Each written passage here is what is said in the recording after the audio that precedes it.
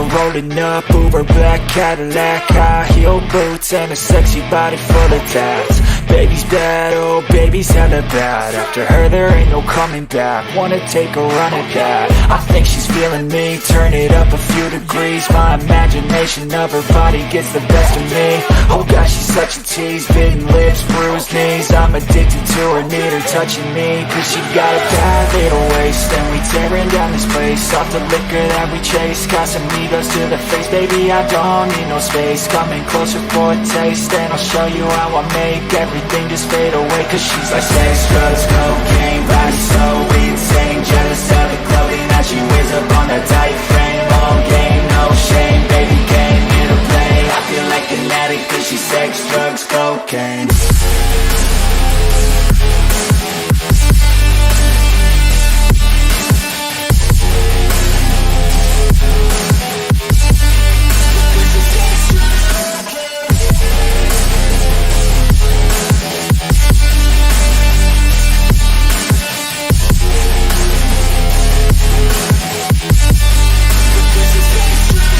Got a fine little body and her mind's kinda naughty. They say that once you taste it, you cannot replace it. She could get you high, all the dopamine inside triggers fast once she's naked. Her body's a creation. They say the devil made her for his entertainment, but even he couldn't learn how to contain it. Her high heels make a damn good statement. There is no replacement, a body by Satan. She got a bad little waist, and we tearing down this place. Off the liquor that we chase, Casamigos to the face, baby I don't need no space. Coming closer for a taste, and I'll show you how I make everything just fade away. Cause she's like sex, drugs, cocaine, body so insane. Jealous of the clothing that she wears up on that tight frame. All game, no shame, baby came here to play. I feel like an addict cause she's sex, drugs, cocaine.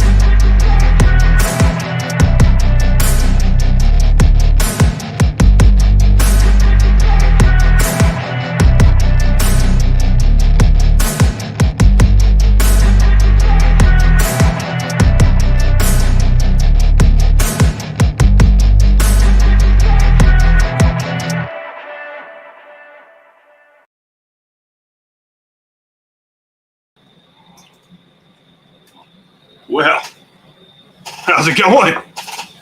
Been a while. Hey, I got somebody already going to be helping me out tonight, so he's hanging out. We'll bring him on. Mr. Jimbo. Hello. Oh, mid-sip. That's awesome. How's it going, everybody? How's everybody doing tonight? I did put a link. I think I put a link down there. Yeah, it's in chat. Yeah, I don't think I can pin it, but anyway, hey, we're just going to hang out tonight. Mike needs a break. He just texted me, so let's see what he had to say. If anything, he says he's running late. He'll be here ASAP. Yeah, it's all good. We got this. Cheers, cool running. So let's see who's all in chat. Top Dog, how's it going? Top Dog here early. Who? Yeah, whatever. Yeah. Steve Burkout, how you doing, buddy? Haven't seen you in a while. Hope you're doing well. Jim, stopping in and say hey. Cool running. Cool. Man, how you been, Jim? It's been a long time, buddy. Yeah, not bad. Busy at work. Yeah? Still doing the postal thing? Oh yeah. I'm not quitting that anytime soon. You're in the busy season, right? So you're about in the busy season? Oh yeah, we're just about, especially this year. Since we had the election, we've been dealing with ballots for the last 2 weeks. You got to get all those duplicate ballots in. I got you. I'm just kidding. Hey, we got somebody else in the back. For the holiday rush. Oh yeah, the holiday rush is what I'm talking about. That's something I have getting buried in packages. Top Dog, what's up, brother? Oh. There we go. My brother I said you're hosting. I got to jump on for at least one drink before I go to bed. Oh man. Well, then we need to make it a turkey, I think. Oh, I just brought a fresh. I haven't even opened it yet. There you go. Haven't even opened it yet. I just finishing. What was that? That was that Old Soul pick, wasn't it? Oh, that's really good. Let's see. What's a good turkey? Let's see. I don't really. Oh wait, I got one right here. I found one. I have one. Sorry. Is that your sample of the 15? No, Yeah, you know, it might be. It might be. Yeah, yeah. Got a few of these little sample bottles here. Just saying, I take a guess what it is. Now, the truth behind those, were they actually distilled at Buffalo Trace? Yes, they actually were. So the whole story is this, right? So in 2008, 2009, Turkey was under renovation. And so they contracted with Sazerac or Buffalo Trace to distill for them. And so the crazy thing about it is, Turkey caps out. I think they come off the still at like 115 or 117 or something like that. It's relatively low by standards.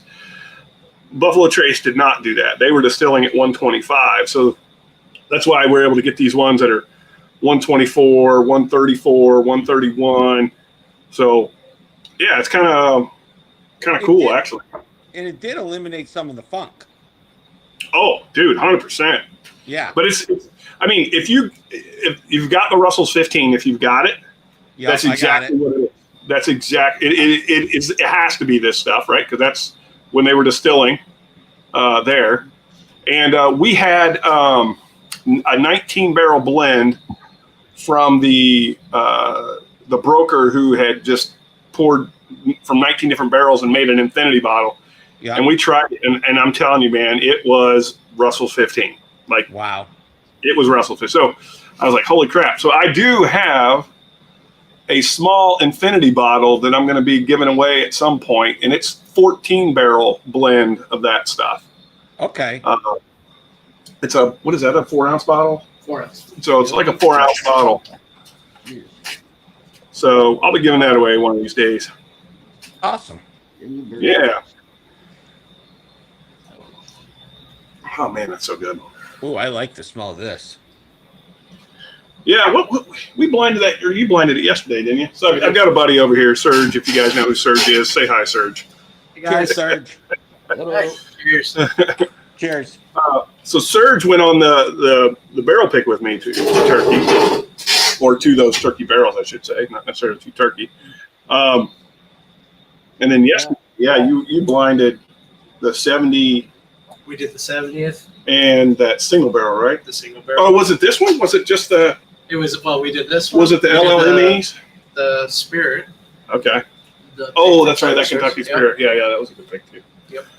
So anyway, we should be getting news on JD really soon. Been waiting forever for these bottles to come in.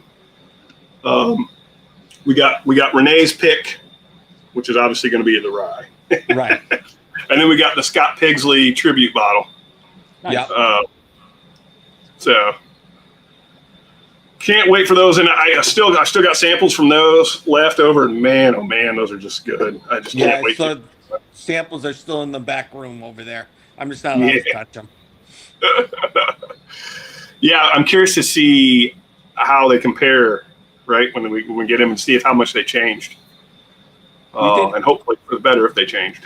We did a Green River pick, and it sat in Rick House for another month after we did it, and went up in proof by 3 points. Dang. Yeah. Well, sometimes just cracking open the bung, and getting a lot of air pressure out will cause that.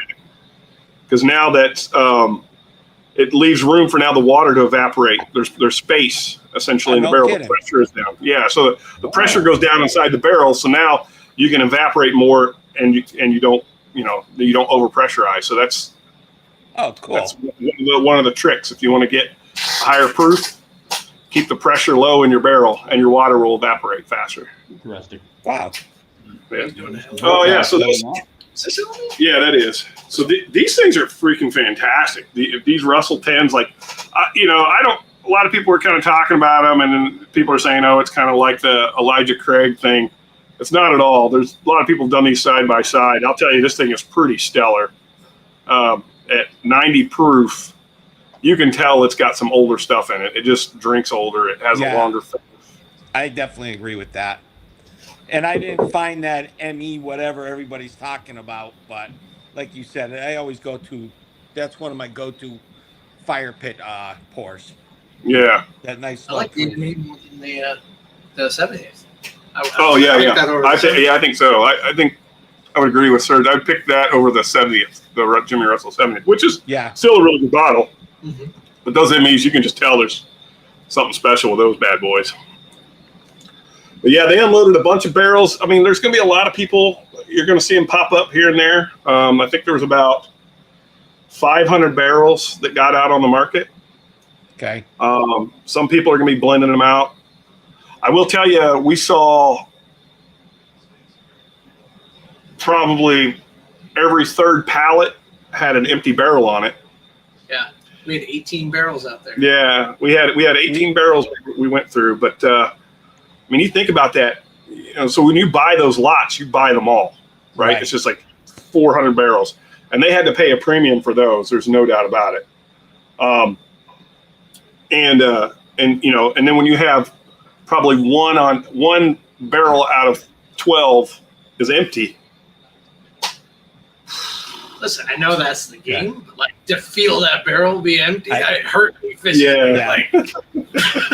I mean, we sampled the day that we did. We sampled 6 of them.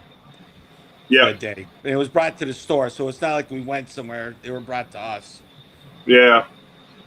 No, the first one we drilled into was such a low barrel, but it came out at like 134 proof. And that was one of the higher ones they'd even seen. Yeah, it was one of the highest ones he'd seen. And but I'll tell you, like, the problem is the yield would have been so low that the cost per bottle just would have been unreasonable.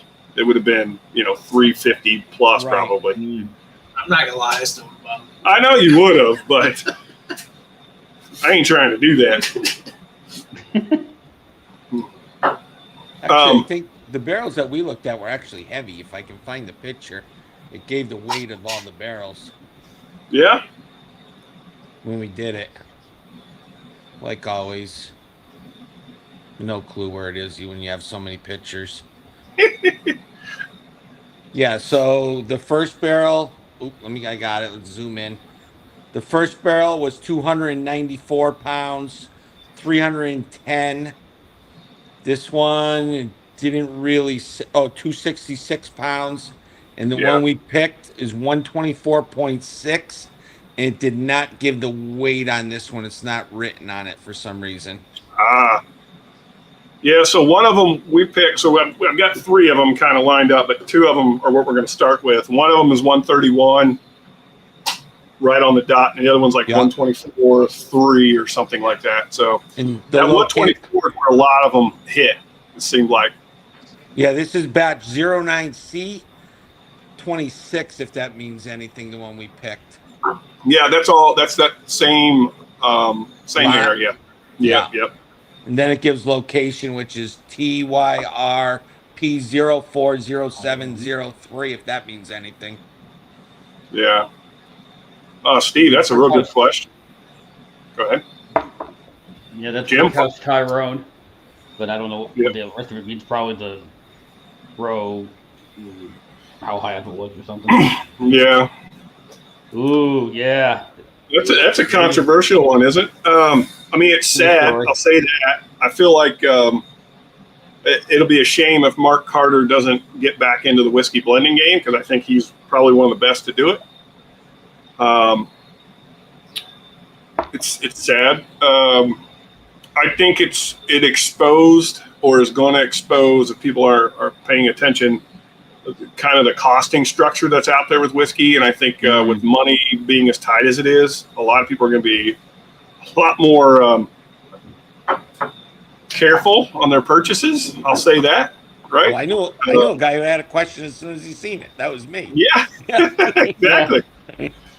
Yep. So there's something to say, like, so what Mark did an amazing job blending. Like, you can't take that away from him. And they provided a real experience. So anyone who buys Old Carter is going to have a very hard time reviving that brand to its glory, because a big part of what made Old Carter so great was Mark and Sherry. And with both of them being out,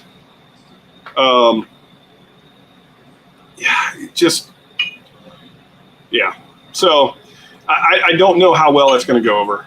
So, yeah. I've seen people speculating that one Carter or the other is gonna pair up with an investor to buy the assets back and start it up again. And it's like, I don't know about that. That would look pretty sketchy. Yeah. And in the background, we have apparently a second Shane. Oh my God! Here we go. Second Shane has hit the screen. Rocking the Broncos. Ooh. Situation normal, all fucked up. They got smoked. Yeah. I gotta fix this. Hold on. There we go. All right. I'm back. Well, welcome. Glad you could join us. So you see, we got Top Dog on tonight, which is amazing. Oh, Cooper's Craft. Starting on the bottom shelf tonight, are we? Yes, I am. This ain't amazing. I was on here once before. It's definitely not. Well, yes, it is. It's still an honor. I seen you were hosting, so I said I had to jump on. I see that right there. You honor me, John. I told my wife I wasn't drinking today, so that's a lie. But I know she doesn't tune into Livewire, so I know I'm good. Oh yeah, you're safe there. Yeah, that's the other big question marks that people have been talking about is how much of their profit was the whiskey sales and how much of it was the whiskey profit? Yeah, but even then, it wasn't enough. Like, their margin on their bottles were really, really high. Even to get 89%. 80% profit. That was pretty. Yeah. good. Yeah. Now, granted, they're going to make some money off of the club. I'll give them that, but it's still not. It's a portion of it. What was Rabbit Hole's profit? I mean, that owner always says what was he making? 60%, he said, or something like that. He was going to hold to his prices. But he said how much he was making, I remember, in the beginning. But it was way up there. Yeah, you could early on in the boom. You could, because if you were an NDP, you definitely could, right? Because you could buy and your cost would be $17 to $20 a bottle, and you could sell in the $50 to $60 range, and everyone, they would get snapped up. So it would be easy to hit those margins. And if you bought back then the barrel prices started going through the roof, and all those margins started coming down, because now if you wanted to sell, you had to go up to $70, $80. And it did that, but I think we've kind of hit that pressure point, right? It's just like any market. You start getting cost pressure, things have to start relaxing. And hey, I mean, we want to enjoy it and share it. I don't want to have to sit there and think about how much money I'm spending every time I'm taking a sip. Yeah. Like that's not what this is about. This is what it's about, right? Hanging out with you guys and talking shit and having fun. And yeah, I think the allocated and the special bottles are they're not dipping. It's the white label. Yeah. It's the whatever those are the ones that are dipping now. It's those mid-tier bottles that aren't as coveted anymore. Like, you're going to start to see, I think, like a Disco suffer. They're not going to sell, right? Well, Disco is still kind of one of those sought after. I'm telling you, I think they still suffer. I think they've been suffering. Yeah. Ever since, you remember, like, once Disco 6 came out, the sales on those, man, you could start finding them everywhere. Nobody where you used to find them. So I worry, the brands I worry about in this case, I've said this a long time ago, that I was worried this year that Fourgate's going to have a hard time. If they don't have a plan to get a budget line out there, then they're going to be just a special release, like these Kelvin batches. Now, the thing about Foregate, they have a little extra expense because they're buying really nice barrels and they're working with Kelvin. And so that adds money. So some of their costing, it's not as egregious as some of the others. But it's tough when every bottle you got out there is, $170 plus. It's tough. It's really tough. So, and I think that's a super competitive market now at that 170. Oh, right? yeah. There's a lot of options at 170 to 200 that people are trying to spend on. You can't buy every bottle. Right. I mean, most people can't. Like, I guess a lot of the people that we talk to do, but yeah. Well, and that's slowing down though. If you talk to everyone, they're slowing down. Everyone's slowing down. Not hunting as much as I used to hunt. Not whatever. I'm not tatering out on bottles like I used to tater out on. I hear that all the time. Yeah. What were you gonna say, Jim? I was going to say that it's going to be interesting to see how this all trickles down, because right now we're seeing the bubble burst for the allocated stuff and the ultra premium. The stuff with the big price tickets. How is that going to trickle down the line? Because I guarantee you're going to see a whole bunch of little NDPs who are going to get knocked out because they can't hang. Yeah, I think it's going to take the NDPs, the small ones especially. The key is going to be providing an experience. So either having a distillery experience or having a more engaged community that you're actually doing things with. I think that's the only way it survives. Otherwise, if you try to accelerate too fast, you're going to die because your overhead's going to be too high, your costs are going to be too high, and you're going to have to run your bottle prices up to keep yourself afloat. And that's tough. And that starts to look like and feel like desperation. Absolutely does. And I mean, I'll be honest, Turkey has gone crazy with their prices. And they're the ones that, out of all of them, don't need to. But Campari has just gotten greedy. Hey, Whack. Cheers, Wackadoo. Cheers, brother. It's Jeffrey Whack. The Whack one. So I found out, Shane, they still have these. I hope that's not mine. No, this one's mine. Okay. Yours is right there. Ah, yeah. I'll be seeing you. Oh, I mean, hopefully seeing you soon. What's the year on that? How many years? 8 year, I believe. Yep, I think I had one of those. Well, and I tried to trade the house for that rest of that bottle at a bottle share, and the person would not give it up. It was so damn good. Yeah, it's 95% 8 years, 7 months. Yeah. Of what we know what it is, right? It's purple top, basically. And then it's 5% 3 years, 7 month malted, it's a slightly different mash bill, which is 8% malted instead of 15. I tried to give a Dusty Rare Breed for it, and he still wouldn't budge. So we were over at Randy Brown's last night, and he did a blind for a bunch of us that were over there and included this one on it. And so many people were like, this one's our favorite. But it's obvious, right? Like, what purple top tastes like. That bottle's incredible. Yeah. You get that Willet funk, and you're like, oh, damn, that's pretty good. You know it was. Good point, Jeffrey Whack. Mr. Randall. Hey. Hey, how's it going, guys? Great. Roger. How you doing? You gracious with your presence, Greg? Yes, Greg. Greg. I will get one for you since they still have them. I was told they were out, but I found out yesterday. Was he whining? You guys are talking about the demise of whiskey. Randall knows about that bottle, you jerk. What? Which bottle? Oh yeah, ours. Yeah, that's awesome. You two jerks. No, Josh, not every Hirsch will it, but the single barrel picks, from what I understand, tend to be Willet. That one is with a little bit of something else, which could be the distillery you guys were talking about earlier. Yeah. Bardstown Brewing Company. Oh, I thought you were going to say Dickel. I was like, there's no Dickel in here. There's no Dickel in there. No. And that's what hurt Bardstown. They started blending with Dickel, and you can get away with that if you blend well and you can cover it up. If you can't cover it up, it just punches holes and everyone goes, ugh. Old Carter did some Dickel, and they did a pretty damn good job. Yeah, that was going to go back to that. Like that's Mark proved like you can blend Dicklin and it not be awful. He was, Although, yeah, some of the supposedly, bourbon. recent Bardstown releases that have Dickel in them they stopped using it, or they used less of it. It's supposed to be better. I got a couple bottles of that. Yeah, this is the closest thing I got to that. Oh wait, no, I do have a. Hang on, I got a Hershey yellow label. Well,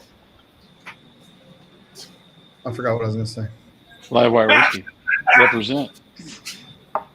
Oh, look at you, buddy. Mine doesn't have that on there. What else? Yeah, because you gave it to me. I know. Out of the kindness of your heart, just the last one you had. You go here. I was like, this is the last one, and it's for you, Roger. Well, give me 10 minutes and I can go make myself one. Yeah. Yeah. Oh, you make things, Top Dog? No, once in a while I do. Oh, you Yeah, gotta see I'll show you the latest thing I made. What? All right. Everybody say bye to Serge. He's got to go home. If night, Top Serge. Dog pulls out a butt plug, I'm never using his lathe. He won't pull it. He likes to keep it in. I store it. See you, lovely buddy. Be good. Drive safe. Yeah. Yep. Watch out for deer. There's about a million of them dead on the road. Logan, I just talked about a butt plug, and Logan came in and was like, You said my name, Dad? Okay. I love you. You guys mentioned butt plug. I said last night on another stream that there was a certain stream that did it like 10 weeks in a row. And you did it again. What the fuck, Okay. Marty? What in the hell? Those Marty's are cool. new glasses. Oh, wow. So I guess with your laser, you have a rotisserie. No, I sized it so I was able to get the ends. So I don't have a you rotisserie. don't have a I just rotisserie. Okay. I do Marty. have one, but I don't know how to use it. But this one I sized pretty good. Hey, that's how I am, too. That's why I don't do it, Top Dog. I'm like, I've got this fucking rotary thing. I've got a big CO2 laser. I've got this rotary thing, and I don't know how to fucking use the rotary thing. I tried it a couple times, and it screwed everything up. Next time I come out to see you, Mike, we'll work on it. I'll show you what's up. I use a rotary on mine. Yeah, one of the guys here, he decided he just changed all the logos so that they fit within the side of the glass. Now, I just know my limit. I know my limit, how far I can go on the edge and where to set it. Yeah, it says Roger straight up and down. Okay. You don't have to worry about it. That It works. works. All right, I'll be right back. What's good with this last glass is I can put anybody's logo in the center. Nice. Yeah. I think he's going to appreciate it.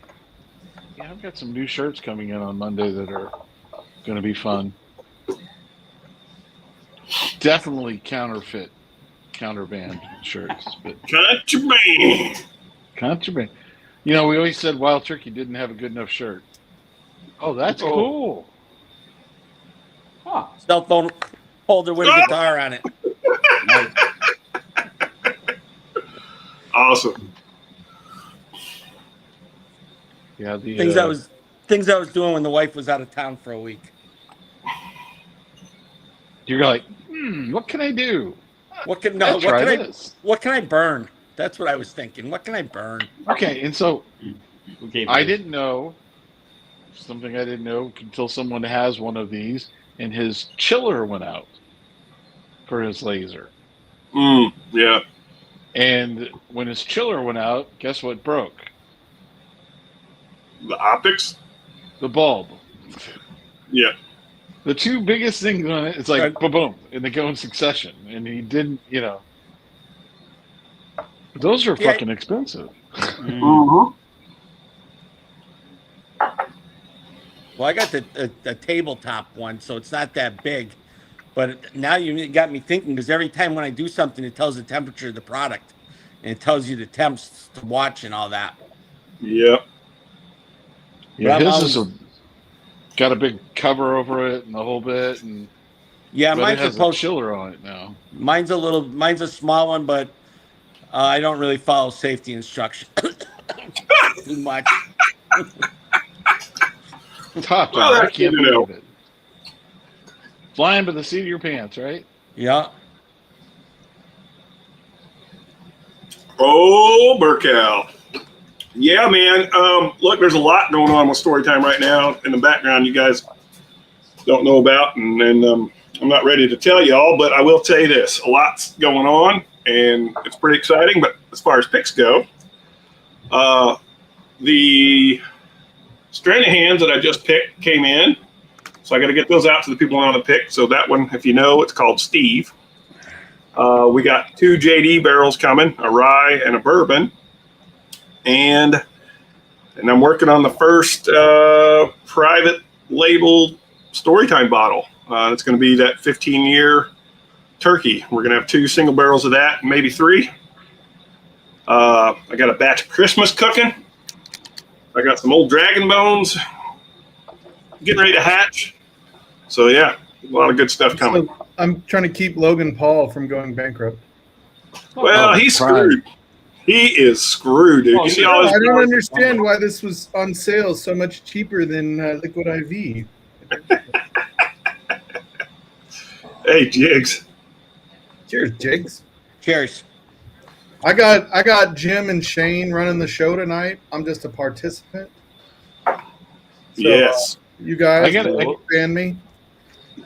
You guys were talking about the nature of the bourbon market, and you guys. This is clunky. What are you doing? I'm not a fan of this. Is clunky. Go ahead, Roger. And I noticed the one we've got a local distillery here in town, Rocktown, and they do a lot of stuff through Bardstown. They do their barrels, column stilled stuff through them, and that's been a big boon for them because they didn't have a way of producing a large amount of volume, and then they can age it here because they've got barrel space.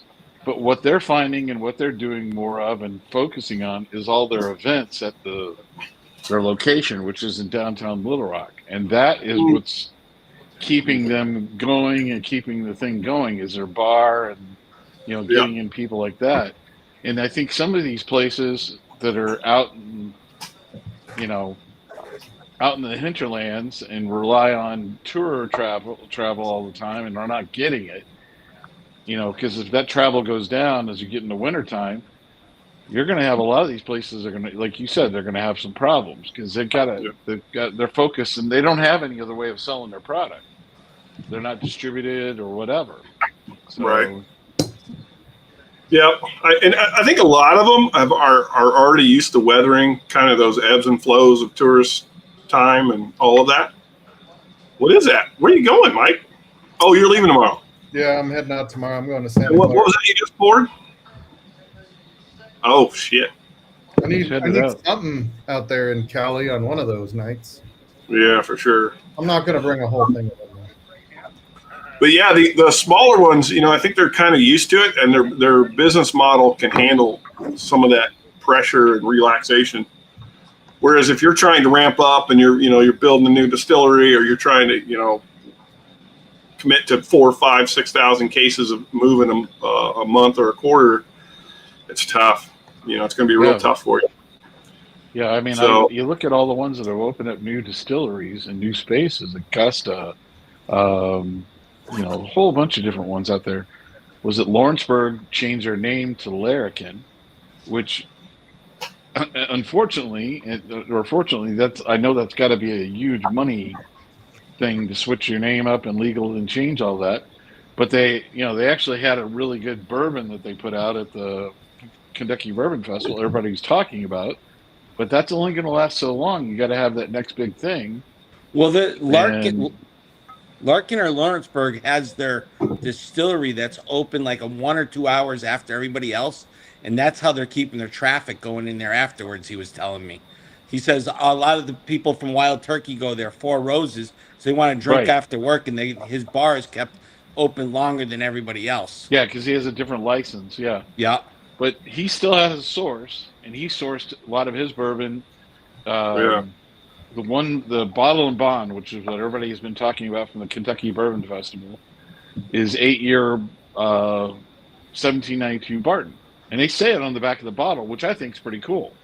They're very transparent with what they do, which makes it a lot easier. But the way they blend it and put it together, apparently it's really, really, really good. But those are the type things that, like me, I'm trying to hunt up. If I can find somebody, a friend that's going up there and that'll grab me a bottle of it, that's fine. But I'm not going after a lot of this other crazy stuff that just way overpriced. Most people are just running out of bar space too. Yeah. No, I'm just out. I'm out of room. Like I go slow on buying just because I don't have anywhere to put everything. My shelves are already gonna fall. Yeah, exactly.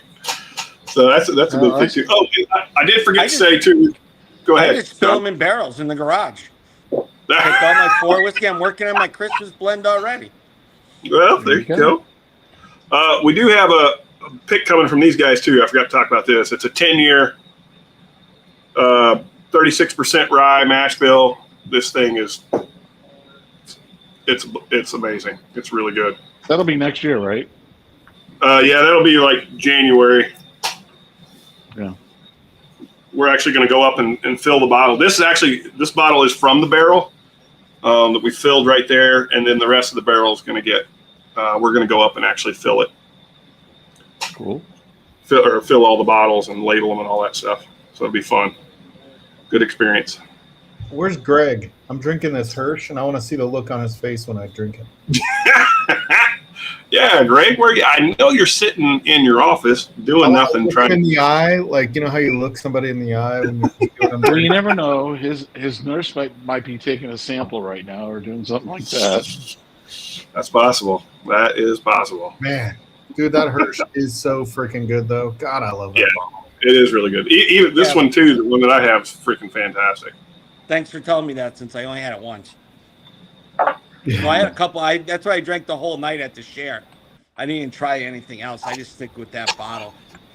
And then when I woke up the next morning, I said, "No way in hell am I going to this pick. I can't move." Then I ate some greasy food and I made it there.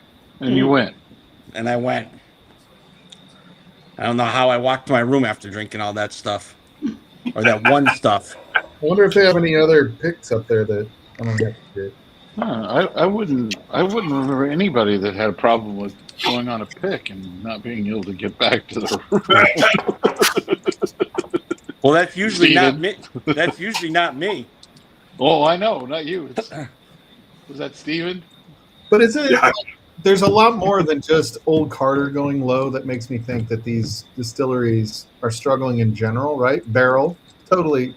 And they're in that $100 to $200 bottle range also, which is super fucking competitive. Like, those are expensive bottles. You come out with $65 to $90 barrel proof, that tends to make way more sense to me than people now trying to drop these, and I do think that, kind of all the Indiana kind of got, it saturated the market a little bit where everybody was freaking doing MGP. But well, that was a private company, so it was reorganized in some way, and somebody took it over and reorganized it. You're never going to know. There's never going to be a release on that, but somebody did because they've changed the way they're doing products. They kicked a lot of stuff out to distributors that they said, "Hey, close that out at half," and there was a lot of that stuff that went out, but. You're right. I don't know how, Barrel's one of those. Old Carter, I knew wasn't going to be one of them just because I've known for a year and a half that they had a divorce decree going and they couldn't walk into the same room to each other. And that, when you do that, you're not going to have a business afterwards. Yeah. Yeah, I would say even if that wasn't the problem, I would say Old Carter would still be having to really reevaluate their business. I mean, it's hard to keep producing the quality that they produced with those first 6 Americans that they did and the ryes that they did. Like, their bourbons were always kind of just kind of whatever, but it's hard to just keep producing. Eventually you go through those barrels, you have high demand, you got to sell off the good barrels and get rid of them while you can, because you don't want to sit on them and lose steam, right? When you've got momentum. Like, look at frickin' Smoke Wagon. The uncut, unfiltered, like the first 80 batches were frickin' fire. And now it's like just another MGP. Yeah. Yeah, it's nothing. Old Carter, the numbers they released for that sale, which you could, the public numbers that were made available just through 2023, and looking at them and being in finance and stuff like that, I was like, what the hell were they charging the people that were coming to their private social club? Because that had to be where they were making money hand over fist. They were also probably cheaper as far as like their needing for a accountant and all those things, because they had 4 or 5 other companies and they were using the same accounting group for that one as well. But their 2024 stats have got to be bad because, one, every kind of people knew that we were kind of upset with the fact that they weren't putting out picks, and they only did 2 They haven't produced one batch in 2024. They did 2 single barrels. That was it. That's it. And Right. that was to the private club, and that, you got to imagine, if you're hearing this and you're a member of that private club, you canceled your membership. I'm pretty sure if you've not forgotten about it. Let's also think that they made their money on the winery. Like, wineries are so much more profitable than But the numbers that they showed were just for Old Carter. Oh, okay, yeah. They were just for the whiskey side, and they were ridiculous. It was. They're selling the winery too? No. Oh, I was going to say. Oh no. Yeah, that winery is a hotel. Yeah, they couldn't get together about the distillery and distillery, aka Old Carter brand, and so Kentucky Owl goes away, and at some point, and it has been going away, and that's another one you mentioned. Kentucky Owl used to be a player on the market, and that's not anymore. Well, ever since Dixon dropped, that just hasn't been.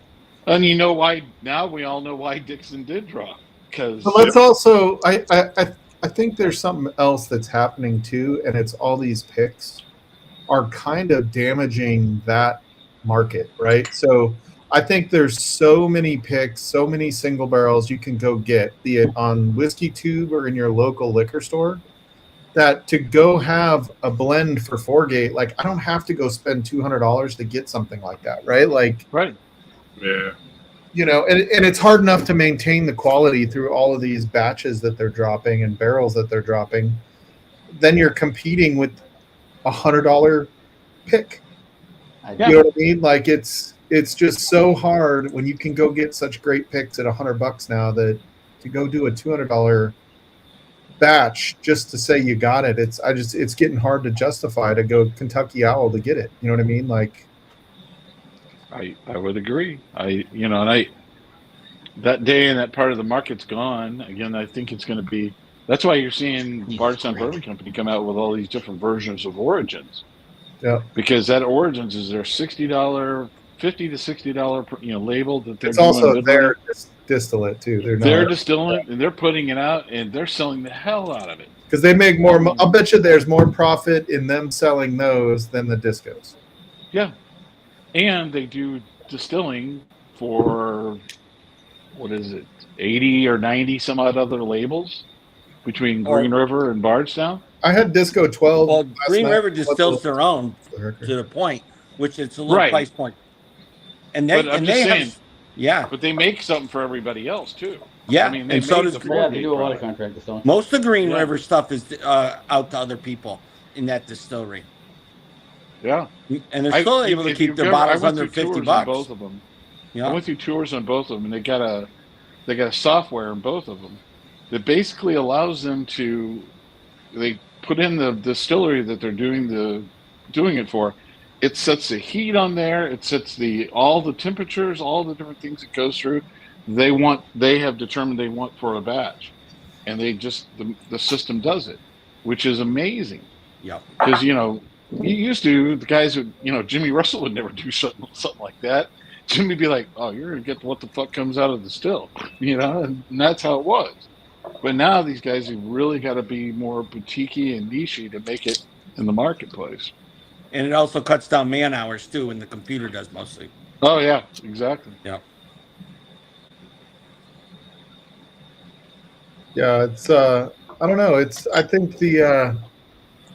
think it's a weird time, and I hope it works in our favor, right? I hope all the hipsters are gone or go away.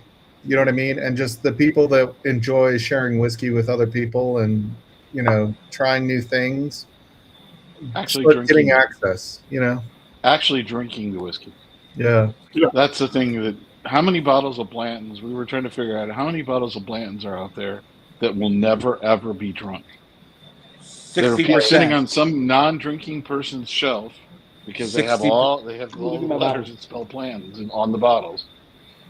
You know, and now you're getting to the point where in Memphis, I can get a bottle of Blanton's for $61. It's sitting in boxes and cases on the shelves there. But No we one. can't make fun of those people collecting those Blantons because someday they might be our Dusties. That's right. Exactly. If somebody's not That's a doing it, little we'll bit. never get Dusties. We can't open all of them. Yeah. Oh, I can try.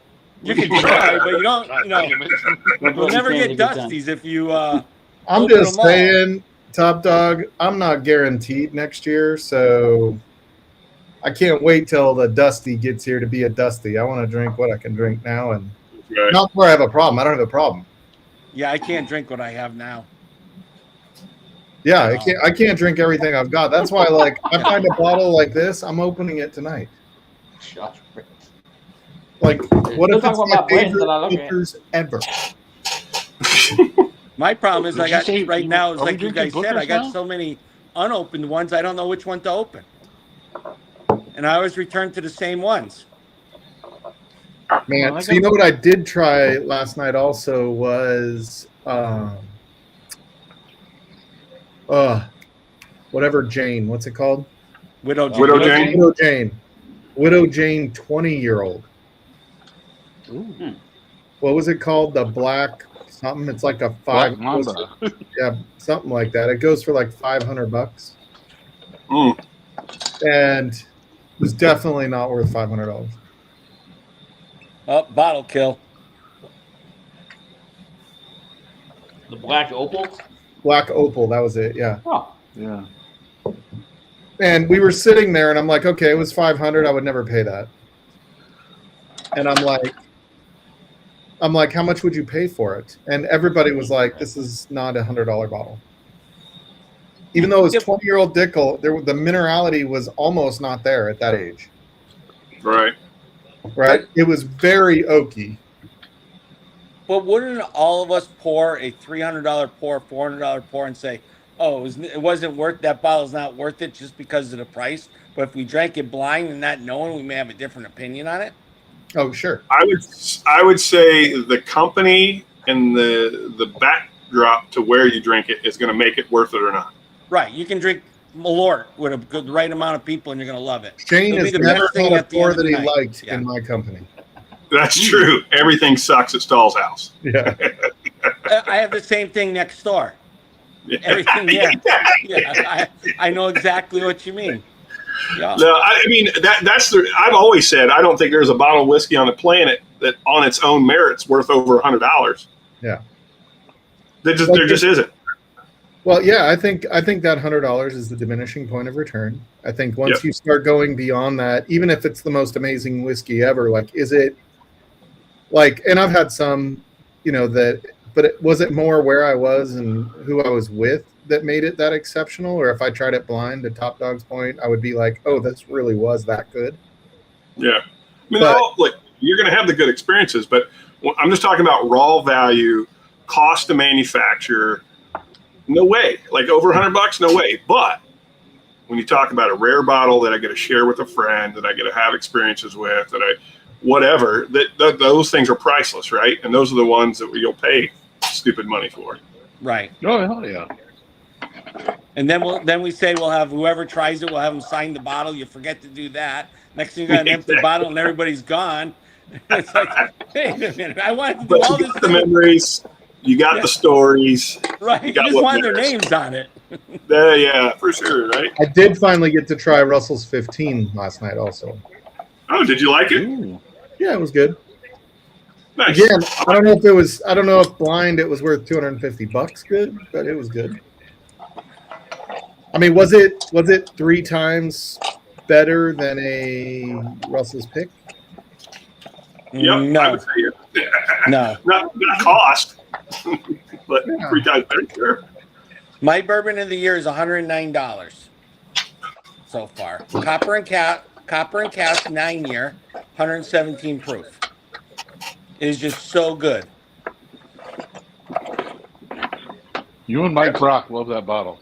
You are not wrong, Josh. I agree. I mean, Rare Breed holds up really well in blinds too, by the way. We did that barrel proof rye blind. Adam and I did that one time. And we had Michter's barrel proof. We had the Jack Daniels rye. We had Rare Breed in there, and it was like a 4-gate or something like that. And the Rare Breed, I think, I want to say for both of us was second. We both had a different favorite, but the Rare Breed was second for both of us. Mm. Yeah. Jim's getting click happy over there. Slow down, Jim. Jim's Slow figured it out. Hey, Jim, Highlight in the chat. you can highlight yourself by just clicking on your face. Yeah, I know. Oh, hey. What? Look at that. Yeah, look at that. I do actually read. Oh, yeah. Double click the toggle spot, like drag to reorder. Why does it think you're in drag, Jim? Oh, wait a minute. Free on the Jack Daniels, although the prices on the rye are all over the fucking place. Yeah, I mean, I feel like I missed out on Jack Daniels Rise for a long time. Yeah, but in this house we did too. Yeah. Have you ever had any of the barrel proof Rise, Top Dog? Not yet. I'm hoping Shane's is going to be the first one that we have in this house. Yeah. Just I saying. had the old 94 proof, and I used to love that. That was one of my It would favorite. be the rides. first one you picked, you mean? Good bottle. Those Right. Okay. single barrel green label ones. I used to love those. Oh, the 94s? Yeah. 94 good. proof single barrel because I think Jack Daniels does a good job with Rise in general.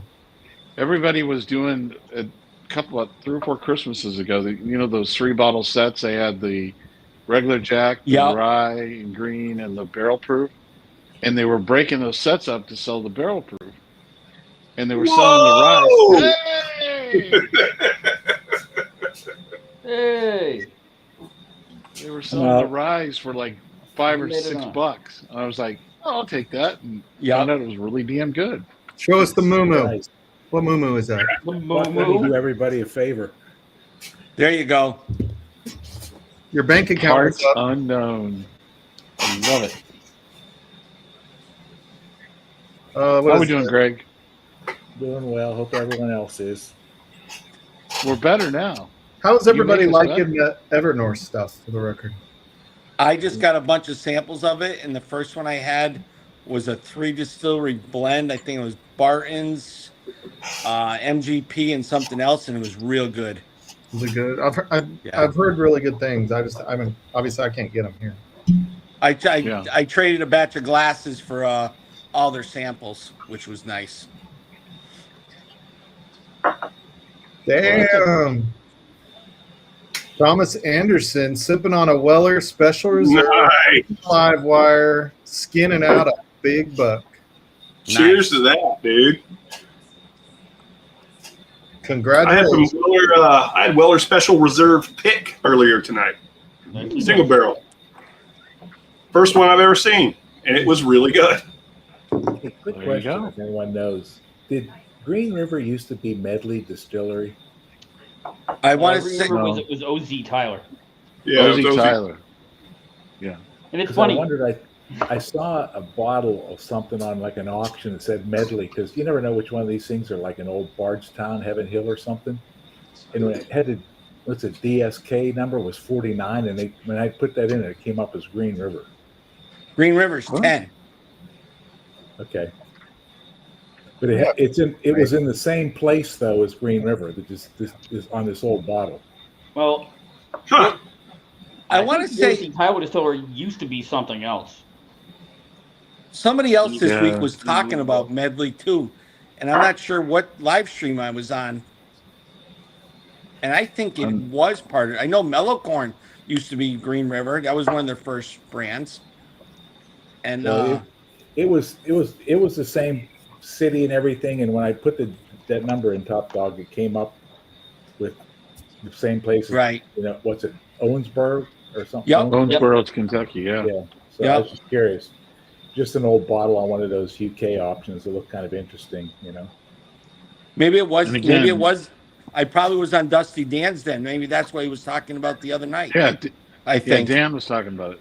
that's who was talking about. I remember somebody was talking Okay. about them, Medley. Was it any good? Did you say it was any good?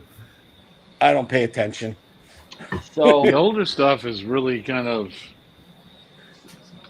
It all depends on how it was kept and those type And things. treated.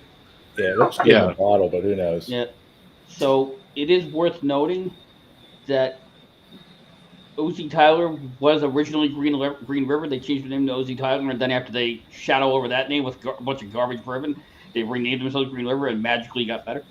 So they went back. Well, to and then their they got original name. acquired. It was Then they got originally acquired. Green River. Elkins better not try that shit. That's some nasty shit. Did you see Green River's going to have a tasting room in downtown Louisville? Yeah, I think they opened it They're gonna already. be on Whiskey Row. Yeah, and again, that's like you said before. They had all the problems down there. That was the way everybody was doing it, because having it right there in the main city where everybody could just walk into it, it makes a big difference in being able to buy the bourbon right there and not have to drive out in the woods and I still like go going. to Bartown or Lawrenceburg. I still like wherever. going. I still like going to Owensboro, walking in the building, and the first thing they say to me is, "What the f are you doing here?" That's the way I was greeted last time. I'm like, thanks, guys. I like you too. Oh, 3-0. I had a Cheers, blast David. there. I did too. I walked in. I was the only person there, except for the people working there. I sat down. The girl comes over to me. And she goes, "You must like our bourbon," because she goes, "You're here early." I'm like, "Yeah," and I'm like, she goes, "Can I get you a pour?" I'm like, Was it- Sure. Was it Karen at the time? The brand It was ambassador? it was a Kathy. It was a Kathy. Yeah. I know. Yeah, and they were really cool. Yeah. And then it was funny. They said they had a limit on the number of single barrels you could buy. But the guy that was there goes, "Well, but if you buy one now and came back later, walked out the door and came back, okay." Yeah, the last time I went there, Wes, who does the single barrel picks, that's in charge of the single barrel program, everybody else left, and I like, where'd everybody go? I'm walking to my car. Next thing I know, the golf cart picks me back up, and we go back in. And he goes, what do you want to try, and whose do you want to try? So I could have named any channel, any store, and picked out what I wanted to try. And I did go. I did come home with some bottles from that too, because I think I'm up to 17 Green River single barrels that I have in the room right now, or options. Jeez. Why don't you hop on, David? Where you at? Yeah. Chin bourbon. Cheers, buddy. And Top Dog snuck in the door. Snuck in the door before we password protected it. Oh, Uh-oh. What happened to the pipe dog? Well, bye. Renee must have came home early. Renee came home early, man. Uh-oh. No. Grabbed him. You whacked them. Yank, the hook came in from the side. Exactly. Either that or his laser blew up and blew up the internet. Yeah, I could have done it too. I'm pretty sure when she gets home, he has to go get her. So she's not. Yeah, she probably texted him. "I'm getting ready to land." Oh shit. Oh shit! I forgot. I'm drunk, but I'll be right there. Hold on. Yeah. Sober up. Stuck in the cell phone lot. I'll be there shortly. Fair enough, sir. Fair enough. Oh, I'm about ready for bed. Watch the The Coke other hand- games until halftime. That Oh, means- it's another one of the daylight savings times victims. On the other hand, Red's yeah, on this here and he's later. older than you. no wonder I'm so fucking I'm tired. kidding. Hey, I'm ready to go, baby. I slept Ready till to 11:30 today. Woo! Us old retired people, we can sleep as late as we want. Man, Old retarded people. I can't believe it. One of these days. So good, Greg. That is believe you, damn Mike. cheap for Stone. Greg, this is the best bottle I've ever had in my life. I believe You're going to kill that thing, aren't you? Mike. Don't you have another one? It's just as Do you have well, another Mike. one I'm out that of you were room going on to the send out floor. I'm gonna go crack the one behind me right now. It's not Okay. Motherfucker. You better not. That's what I want to wait to see. Get him before he's drinking enough of that he's just going back there and cracking it. Mhm. Well, I like what Wax said. No, this open one's yours, and the one up there is mine. Yeah, that's right. Yeah. Well, I'll tell you, I haven't really heard anything else out of Buzzard Roost in a while. I wonder what they're doing. Like, I know they're doing stuff. They kind of came on the scene hot, and then they just kind of died real quick. I know that everybody's talking about Rebecca Creek too, and it's like I cannot get Rebecca Creek here, and I've heard You'll never get it. You'll never get it again. Yeah, Because they you can't get the Spanish the whole oak thing with barrels. Rebecca Creek was that, Oh, that yeah. double barrel Spanish oak, which was apparently just a fluke. They accidentally ended up with the barrels, and they basically burned them out, and they're not going to get any more. So are we less pissed at Booker's now for being $100? Like, I feel like everybody's kind of getting over it now. I'm over it. Now, they're putting out better quality stuff, so it's not nearly as noticeable. Sorry, Jim, I didn't mean to run you over like that. Oh shit! Speaking of Texas, hey, Don't mess with Texas. Texas. I was like, I'm coming. Cheers, y'all. Cheers, buddy. Cheers. America. All my exes live in Texas. Which batch is that? This is 2403. Boom! I got that bottle, and that's a good one. Yeah, I like 1, 2, and 3 so far. Huh? Okay. Which is The called Master Distiller's Batch. Yep. Yeah. Dedicated to all those master distillers. That's right, Donnie. Tonight is 2 for 1 night here on Livewire. Oh, Dunny, Oh, what's up? Come on board, Dunny. You're Dunny. I haven't seen Senor Dunny's face in so long. I don't know if he exists. Holy It's just shit! an AI that's running his. It was all false alarm. Renee's not actually coming home. He's back. Oh, I thought you were commenting on the name I put in there. Oh no, that's pretty good too. No, Renee's definitely not coming home, but she has to go to bed. That's why she called. So Oh, her call's more important than us. So this Booker's is 130. but you don't have me for much longer because I'm actually going to work tomorrow. Well, I say I'm going to show up. Let me grab that one, Mikey. 130.3. Now that's a Proofy Booker's. Remember when they That's used a to be Proofy Booker's. here? Yeah. I've only got one. I don't know what the fourth batch is yet. I've seen it's been released. They said it wasn't supposed to be released till December, but it's banging around Ohio. And I did try the new little book. What is the new little book? The 9? The Infinity. The Infinity one. Yeah. Yeah. That was It's pretty not as tough. good as 87. I don't think.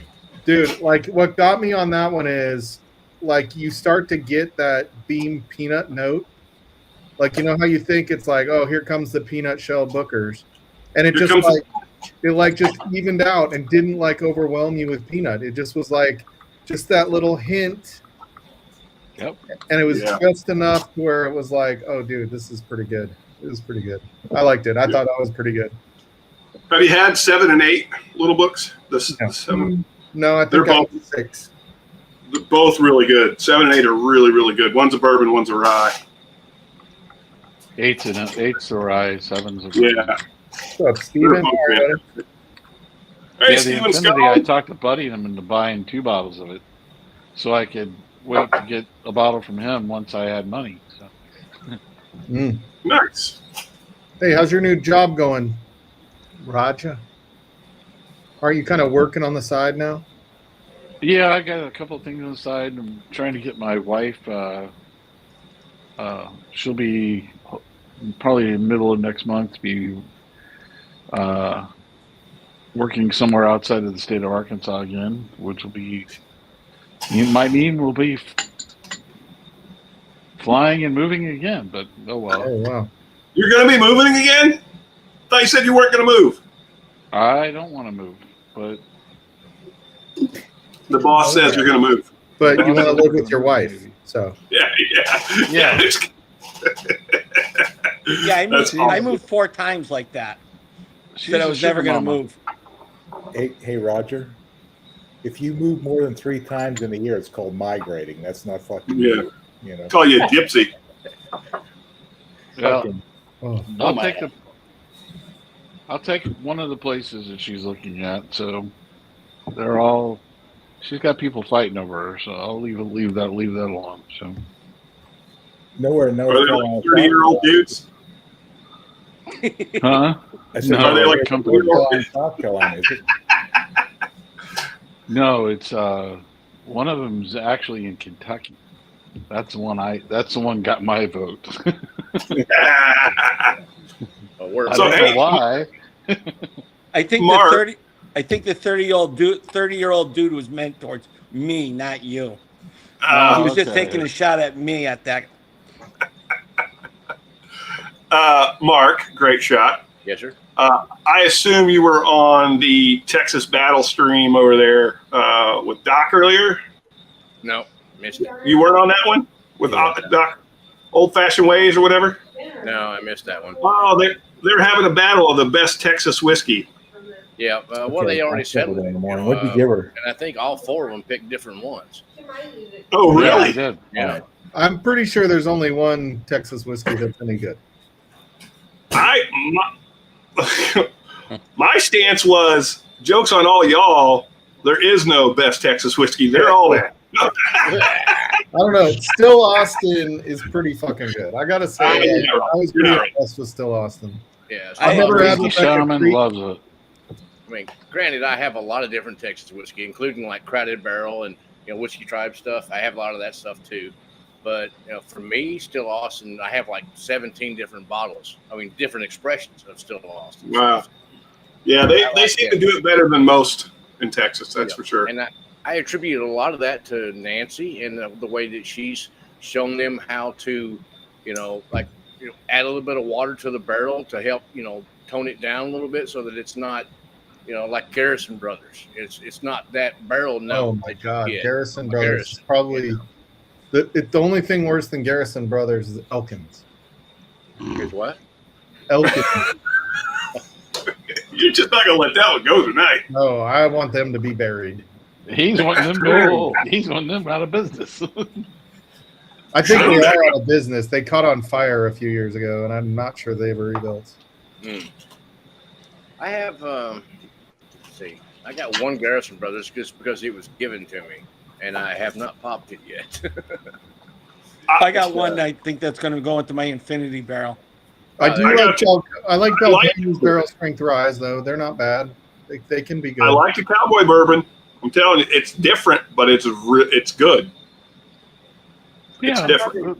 I've tried their You're cowboy. definitely That's right good. with It's that. made in San Antonio by folks that know what pecane sauce should taste like.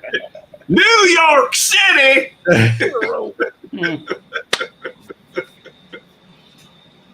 Oh man. Uh, I wonder, are they finishing like other than honey? Yeah. Any good Texas whiskey? Like I feel like maybe a finish would help that a little more. Well, I mean, Still Austin's been doing some different finishes on stuff. Yeah, They Still I have Austin one has that's got a a roll. cognac finish. I have I one love that's that. a Madeira finished. The Madeira was fantastic. I really I like that. think. See, I don't know. I think the Texas whiskeys in those like fortified wines aren't as good because it's just so rich. The whiskey itself coming out of that barrel is real rich. You almost got to get something out like almost. So I could see it being finished in like a curacao or something like that, like a lighter. Finished in water. Yeah, finished in the drain. Finished in the toilet. Jim knows what I'm talking about. Oh, speaking of it, there's Doc right now. What's up, Holy Doc? shit, Doc. Jump on and say hey, mofo. I know you still got your camera on. I don't think Doc's ever been on Livewire. Hey, Mike, I don't Not think too you- many people Texas have. whiskey you don't like, Mike? Is there what? Elm leaf, or what was that one you said you don't like? Elkins. Oh, Elkin. Elkins it's distilled in Estes Park, okay. or as some people like to call it, Estes, as in testes, but it's not. Is it- Jesse Burke. Guess what you're getting at Dusty the Clark. Secret Santa. Hey, Donnie, you need to jump on too, buddy. You can Yeah, send Donnie, me we the need to hearse, see your I'll send picture. you the Elkin. Let's Gotta see see your what face. here. You're Let's not see an if there's- AI. We know you're real. Yep. It's still You hot. ran a and marathon the other day or something It's like on that. fire down here in Texas. We got grass fires and forest fire down the road from me. I don't think they even Well. have a website. Yeah, it's only about 250 acres, and they've got it about 10% controlled. That's okay. You got rain coming in tonight. Maybe take Yeah, care there's part a of it. chance, but if there's a chance of rain in Texas, it ain't gonna rain. Well, Oklahoma wishes it wasn't raining there because Jeez. they had. You sure I love that's when not Waco, I Mark? hate when they have those tornadoes that they say, "Oh, guess what? We're gonna have a tornado tonight." Yeah. And it always seems like Oklahoma's the one that gets hit. Oklahoma City or somewhere around there. Yeah. Yeah, the north part of Texas gets tornadoes quite a bit. Down where I'm at, we get stuff, some of the hurricane stuff blows in from the coast, and we get a little rain from that occasionally. The last Yeah. two ones blew in, we didn't get nothing. I mean, we got nothing. It's been Yeah, drought. we're waiting. Yeah, We're sitting here in Arkansas waiting for it because it hadn't rained in like 3 or 4 weeks, and we get half-inch of rain, and that was it. It was like, Yeah. Half-inch of rain. That's like 3/4 of our yearly total in Colorado. Yeah, but you yeah, make up for it half-inch with just snow. barely gets the grass growing here because it's like everything Well, right, you have a like 2 sprinkler inches below the sod is rock. Yeah. I realize that other states in the country don't have to have sprinkler systems, but Colorado is mostly desert. So, Yep. High plains. yeah. Oh, we gotta have sprinklers here. There's no the only way That's you can weird. get zoysia to grow here I because need South to hear Carolina, about it. we're mostly dessert. Ooh, nice. Yeah. we got Yeah. a sand. I got a sand delivery this Pumpkin spice this time of year. this fall. They're going to be putting sand down to increase the base of the grass or something. I don't know. Dude, so if you leave, who's Will going to hang out with, man? I got not him set moving to up with Arkansas a whole if bunch you of people. can We got River. I've a not we got a tried whole group of people in All right. Arkansas, I missed that guy, Arkansas, too. and everything else. He's going to Good. be good, and I'm not going to leave him totally. I'll come back. Why? Good enough for a good time. Come on, Roger. How many more years have you got to be moving around like this? I've Oh, got think of many, all the my boxes friend. he's got to get the. Roger's like- whiskey. Just kidding. Oh, this, Oh, I like this Booker. Mark, it's not the whiskey that's the problem. Oh, This Booker does not drink 130. No, it It's does the not. wine. It's a dangerous booker. This is a dangerous pour Well, right still. here.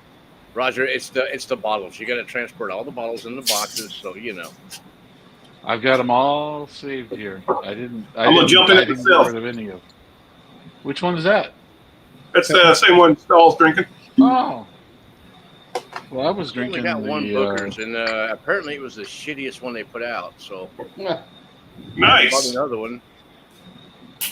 It was the Apprentice batch from last year. Oh, that was a bad one. Yeah, That was Yeah, definitely- nothing as good, yeah. Oh I shit! finally What's break up, down Doc? and get one, and Oh, So Doc's going to jump on. He's going to announce the winner Well, I have to come and defend my Texas whiskey. I heard you of guys. the worst I heard you whiskey in Doc, all of Texas Texas. is my favorite whiskey, for the record. I appreciate that. I appreciate that.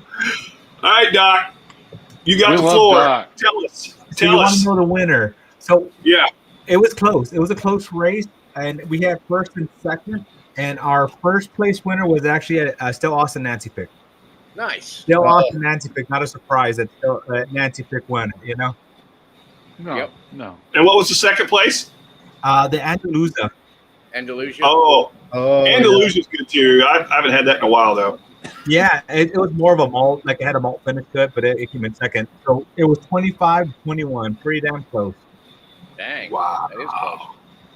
Wow. I've got Yeah, Mark sent me a bunch of Still Austin, and it was just freaking. That Nancy one that he sent was the best one by far. So was it Nancy pick like a bourbon or her rye? It was her bourbon. Yeah, she just recently started doing Nancy pick rye. Yep, last month. I think I got the bourbon from Shane, if I'm not mistaken. Oh, yeah, I did get you one, didn't I? I believe you did. Speaking of which, I owe you some bottles since you left in a hurry last time. I always recommend You did? you can get Still Austin. Definitely do the cash string. The cash string, but her picks are always amazing. But those are just Blu-ray only. Yeah. Yeah, so I bought this Booker's, and then I was driving home, and I was like, dude, I just bought a Booker's like 2 weeks ago. I wonder if this is the same one. This one. Ah, Really good. Oh, It that's wasn't. amazing pick there. Oh, That one. That's an amazing bottle. That's not I so- drew that picture. Did you? No, no. Well, he's got the poster. Yeah, I got a poster of it. I did. Mark's got the poster. I know exactly where it's at. It's cool because that bottle came with the tattoo. Yep, came with a little tattoo. Oh, that's pretty cool. Well, the guy that did the artwork is a tattoo artist down here in Texas. So, you know, Oh, like I said, like he said, I had the poster. I I haven't mean, It's I back couldn't- underneath the framed bar yet, mat. but I could never be a tattoo artist. Like, I'm Oh afraid. yeah, That's awesome. Yeah, that's really cool. That's a great poster. I told him that's Gotta gonna get go on the that frame on framed. the wall somewhere. You know. yeah. Did you manage to get one of the monster mashes? The new one? No, those things sold out in like 7 minutes online. Damn. Yeah, I'm hopefully gonna go pick up. I managed to get a monster mash. And hopefully pick up this week. Well, if you get a Monster Mash or something from them online or whatever, you know, give me a holler. I'm like 25 minutes from there. From Oh, Stillwater. Nice. You know, Yeah, because I'm always wanting the Nancy pick, but nobody's near enough to go get them for me most of the month. You know? yeah, You were the one that sent me the Nancy pic, right, Mark? probably yes. Yeah. I thought it was you here. Yeah, I got. I don't know. Quite a few different Nancy picks.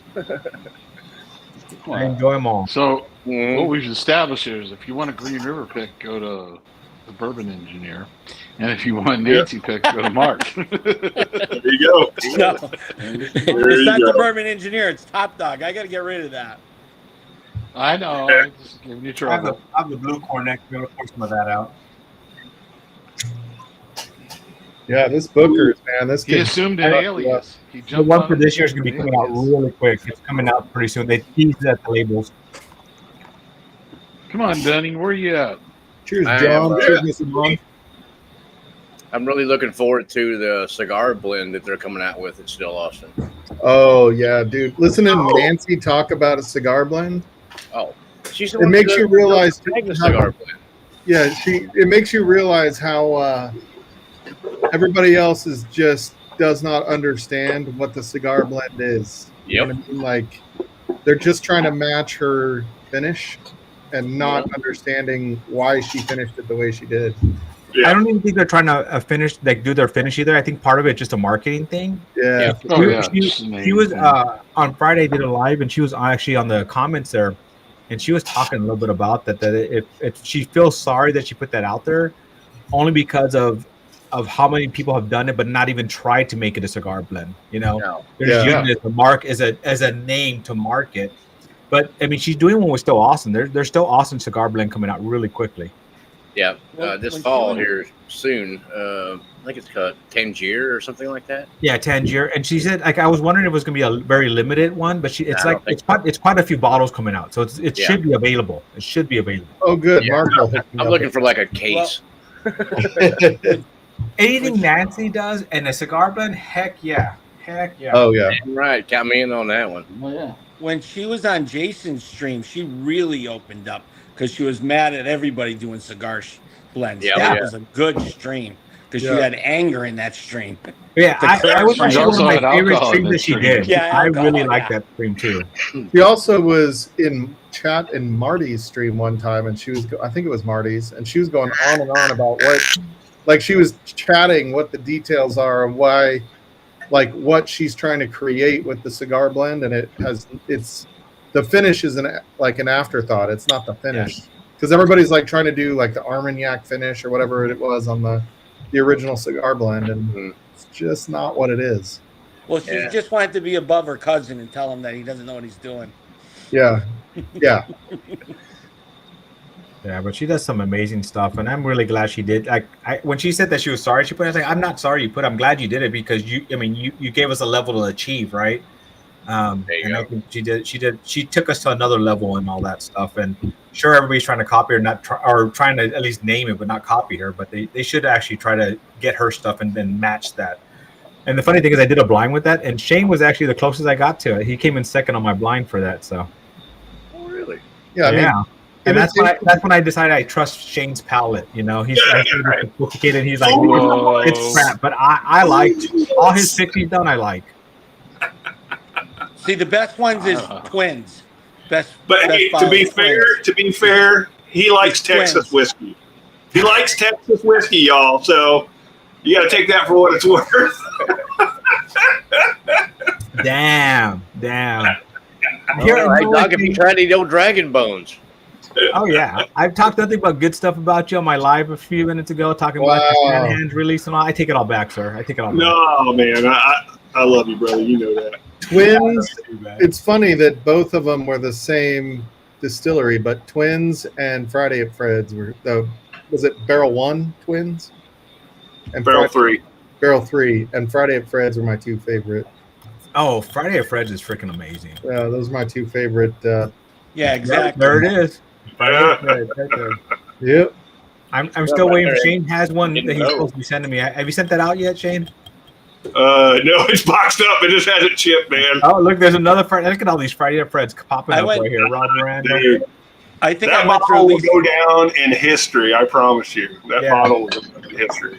You need to try to replicate that. That was amazing. 5 of those, you don't and I got remember where I one got that signed bottle. one. Yep. I got one with their signatures on it. Yeah, so I my level when I did the blind, it was Nancy's $200 bottle, Shane's $50 bottle. That was so awesome. Dude, but that's part of it, right? Like, I mean, come on, like diminishing returns over a certain amount of money. Oh yeah. Yep. And then after that, like Starlight didn't even try. They called theirs a cigar blend, but it was Amberana finish. That's all it was. Dude, I've gotten a couple of Starlight picks in the last year, and they're just not the same as they were when they started. Yeah, no, I was not impressed with theirs. Have you ever had that Dark Knight or whatever it's called, like Port Night? Oh yeah, Shane and I popped that open. That was one of my favorites. That was my favorite. I was gonna say I got that one too. I think that. What's the original Port Night? One? Yep, that's the one. That's the Port Night, right? That's the better of the two. Yeah, that's returns. Yeah. That one of them I went through a couple of. I know. Yeah. Now Shane's best pick you guys tried is this Christmas. Have you guys gotten to try his Christmas one? Yeah. That is next level, completely different. Yeah, I like both things. Which one was the KBBS barrel? Was that Christmas or is that Christmas? Yeah, Christmas. I know you said you're working on like a second one of that one. Yeah, we got one in the barrel now. Is it KBBS or is it different? It's a different stout, but it's really close. You're gonna love what Renee got you for Christmas, Shane. Oh. I know exactly because the first thing she said on that one, she goes, "I'm buying this for Top Dog." I didn't want her to buy it, and I'm like, she goes, "No, I'm buying 2 bottles. One's for Shane. That's his Christmas present." And I'm like, she's awesome. I said, but there's Jepson's $30 bottle on the bottom shelf. A bottle of Malort. Wasn't even Malort. Go splurge and get the barrel aged Malort. Come on. I had all those. Well, guys, I'm jumping off just because I wasn't here all weekend, so I'm gonna go spend a little bit of time with my wife and daughter before I go to bed. But you better say bye to Dunny before you go. Hey, Dunny, how we doing? Dunny. Oh, look at that! He does exist. Love it. He does exist. I do. He's not just a movie star on a bottle label. That's right. An AI configuration. Right. You know? Thanks for chilling with us, Doc. Appreciate it. No, thanks for Doc, having love me you, on. brother. Next time maybe I'll jump on a little bit longer. I Good to see you, just did a live. I did a live Friday live tonight. I was gone for the weekend. A buddy of mine got real sick, so I went to go visit him. So it's been a long weekend. Need to get hang some time with some family and go to sleep pretty quick. So Hey, you well, guys be hey, safe. Be careful, guys. Appreciate you guys. Love you, brother. Have a good Before you night. leave, drop your info in the private for me. I'll shoot you a text or something. Okay. Did you just say you want his private info? He wanted, I heard a picture of my privates. Is that what he said? You want a picture of a private? And if you leave me a number in the private so I can if you can put a dollar bill next to it just for scale. He's just looking for a second opinion, Doc. Yeah. That's it, a second opinion. That's what it is. That's what it is. Okay. You know what? I'll get it through Shane. I'll send Shane. Shane has all my information. I'll have him send it to you. We'll do it that way. That works, Shelby. All right. Thank you, guys. All right, Have a Mark. good night. See you, Doc. Thanks, Shane. Cheers. Burton. Yeah, I'm gonna have to dip off here too. I'm gone all week. I gotta hang out with the wife for a little bit. Now that I've got some whiskey in me, I can fight her off. The force of nature can be tamed. Be like, honey, it's just not gonna happen. I just had whiskey. Stop it. You're embarrassing yourself. Yeah, it's just not gonna work. Shelby. It's a good thing I got that Donnie. macro lens. Danny, what are you drinking, brother? Yeah, I just opened this up, the Still Oskin cast strength. Nice. No. That's good. Yeah, Very nice. haven't tried That it was yet. my first Still Austin I ever had. Yeah, they're good. Oh, Hey, sure. Serge. All right, guys, I'm also leaving. Hey, thanks for stopping by, Top Dog. Love you It guys. was good seeing all of you. Mark, See you. you're gonna get something Tuesday, and everybody else have a good night. Awesome. See you, brother. Cheers. Appreciate it.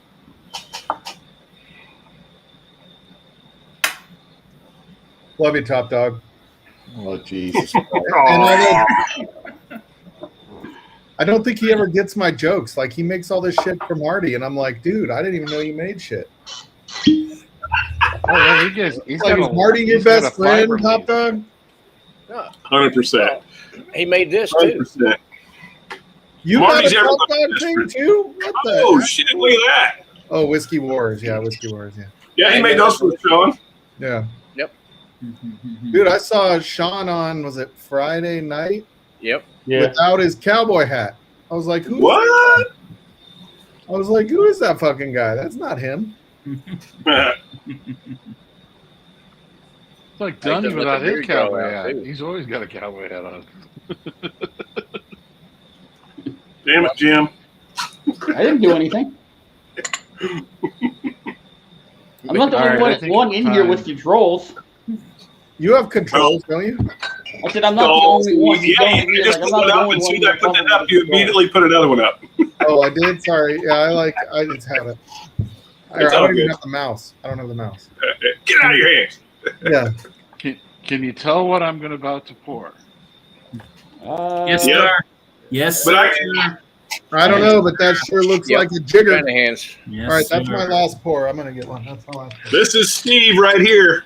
Oh, Steve, Oh, you landed. motherfucker. You motherfucker. Steve has landed. So I know you guys are all going to be getting the bottles soon. I got to go collect them up, but so they came in. Look, you can see they had to relabel it. I don't know if you can see that. I highlighted See, it. Well, there's like a label on There it goes. There it goes. Yeah. Huh. They double labeled it. Yeah. Yeah, so the first it came back and it was called the Palmetto State, which we are the Palmetto State, but they called us the Palmetto State, so which was wrong. So they had to go back and then they put another name on it. But anyway, what was So that, on Mark? the That back- It's Palmento's the freshman. this one. I think on Colorado. the back we need to. Ah. oh yeah. Yeah. What's nice. that being produced? That's right. Is that batch 1 or 2? That's two. Yeah. This I've is also got this guy. not Norman bad. A little Vickers. bit left of this guy from that day. Have y'all tried the Stranahan's the sherry finished one? Yes. Yeah. Oh my God! Did they diamond pour piece? some sherry into that barrel or something? Oh my God. Yeah. Man, that thing was like slap you in the face, sherry. Yeah. Oh, I Wait did till- cherry in high school. Wait till Wait till Scene Part 2 comes back. Here it is. Look at that. There it is. Oh, 5 years, 10 months in a sherry cask. Oh my goodness! Wow. This thing is sherry with a little bit of MGP. Yeah, exactly. It is I brutal. still remember Stahlzee going back to the back of the area of Stranahan's going, do you happen to have any of the finished ones that are at castering? yeah. And he goes, yes, we do. Dude, one of the best ones we had was that Lafroig finish. You remember that one? Oh, that God, was that crazy. was awesome. I like me some Lafroy Lafroy. finished Stranahan? Before I finish, what was that? Lafroy How about that? Stranahan's. There was a sherry finished Stranahan's. There was a whole bunch of them that they only had like 1 or 2 barrels of. They didn't have enough to produce. They could Dude, I just taste begged them them. out to people. Begged him to sell us one of those barrels. They wouldn't do it. Ah. But he did say the next pick we do, we might get something special. So Yeah. That's right. oh man, Steve. Good old Steve. This one is called Billy. Billy. Really? All right. Well, cheers, you Stranahan loving single malt freaks. Cheers. Single malt son Cheers. of a bitch. This is called Norman. Norman. Norman. That reminds me of City Slickers. Hey, Shane, I need Oh. an address for you. I need to send you a sample of this one. I'd love it, except for you have whiskey nose on it, and I'm sure it's going to taste like nickel. No, this is actually 11 different Still Austin blend. Oh, brother. I am all in on that, my friend. Dude, I am all in on that. I just really like Stranahan's. I know some people it's Dude. not their cup of tea. They don't like Love single it. malt. I fucking love it. Love Dude, it. I just dig it, man. Like you get that I dig it. cinnamony note to it. Like it's really good. Oh, there you go, Dunny. Dunny's got a few of the store picks. And every bottle comes with a what are they drink. called? Yeah. Yeah, it's like what the hell? It all comes with This the one I got from Argonaut in Denver. Just got this one from Argonaut. It's Are you in Denver, Dunny? Did I not Cheers know that? 11. What's that? You're in Denver? Did I not? Oh, Did I I'm, know I'm, that? I'm outside of Boulder. I'm in Superior. Oh, okay. I I'm got up in the Windsor. first pick, which is over 7 years. And then I got the staff pick number 75. I have the staff pick. I didn't want to do that because I'm almost out of it. That last staff pick from when we did the pick. I'm almost out of it too. I'm in trouble. Yeah, Yeah. I'm gonna have to head The over. guy here that has the most of the picks and the most of the Stranahan bottles in one session was Doc.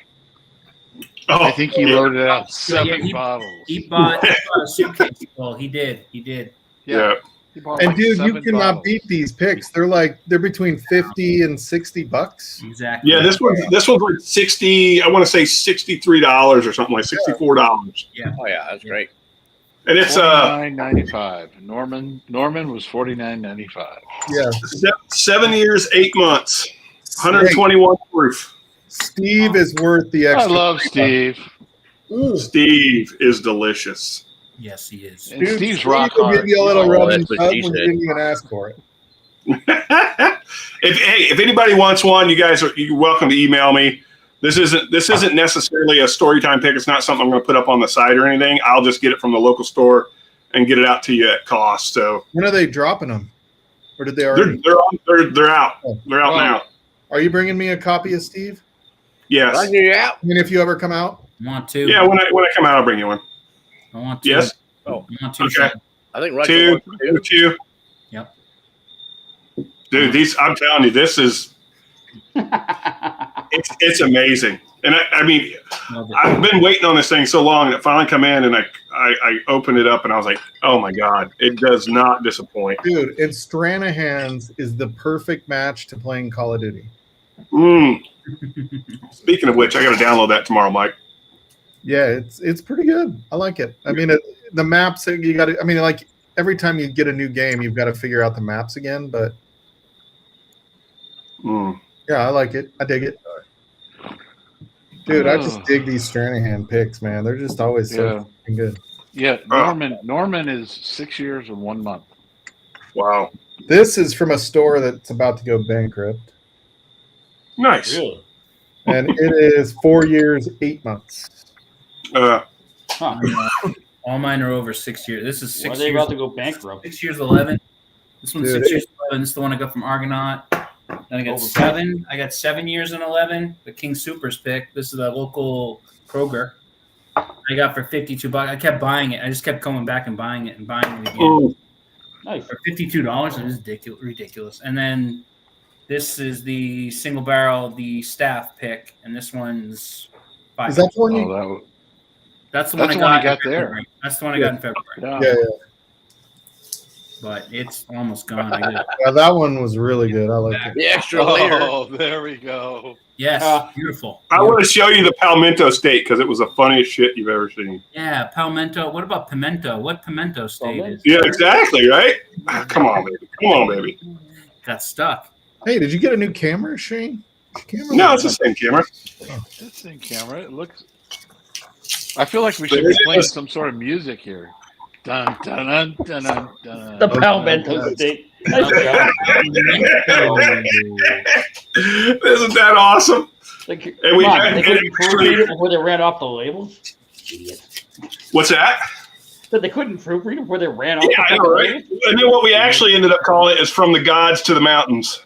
But then, for those that know, it's Steve. It's Steve. I'm looking I forward gotta to get my own label. You gonna put our own labels on there or not? I may have something in the works. Okay, because I know you are the graphics king. He just goes on Canva. Come on. Yeah, I know. There you go. StoryTime font. We love it Actually- anyway. You just go hire someone from Fiverr. I don't do that either. I had Actually, when we were making the Livewire logo, we hired somebody from Fiverr, and it was like the first person we hired to do it came back to us right away and was like, "I can't do this. It's a YouTube channel about alcohol, and I'm Hindu or something in India." I mean, fair enough. I was like, "Hey, I wouldn't want you to do anything because we get fucked up on this channel." yes, we are going straight to hell. Yeah, we are gonna burn in whatever your hell looks like. That's what it's like. HE double toothpicks. Double toothpick. Yeah, It's too bad no the hockey name sticks. Get 'em didn't, right. too bad the name didn't, tip them off. Livewire whiskey. Yeah. Ring the bell. How do you know it's whiskey, man? That's right, Shelby. That's right. Jesus. Yeah. I get my contract workers off of Grinder. Yes, I do. Thanks for reminding me, Shelby. Greg, Mixes, Are you yawning right now? Business and pleasure. What's that? are you yawning? Just a little bit. Dude, you need a drink from the bottle right now. That's a party foul on Livewire. Yeah, 100%. Bottle chug. Bottle chug. Yeah. Bottle chug. Hold on. He can't find one.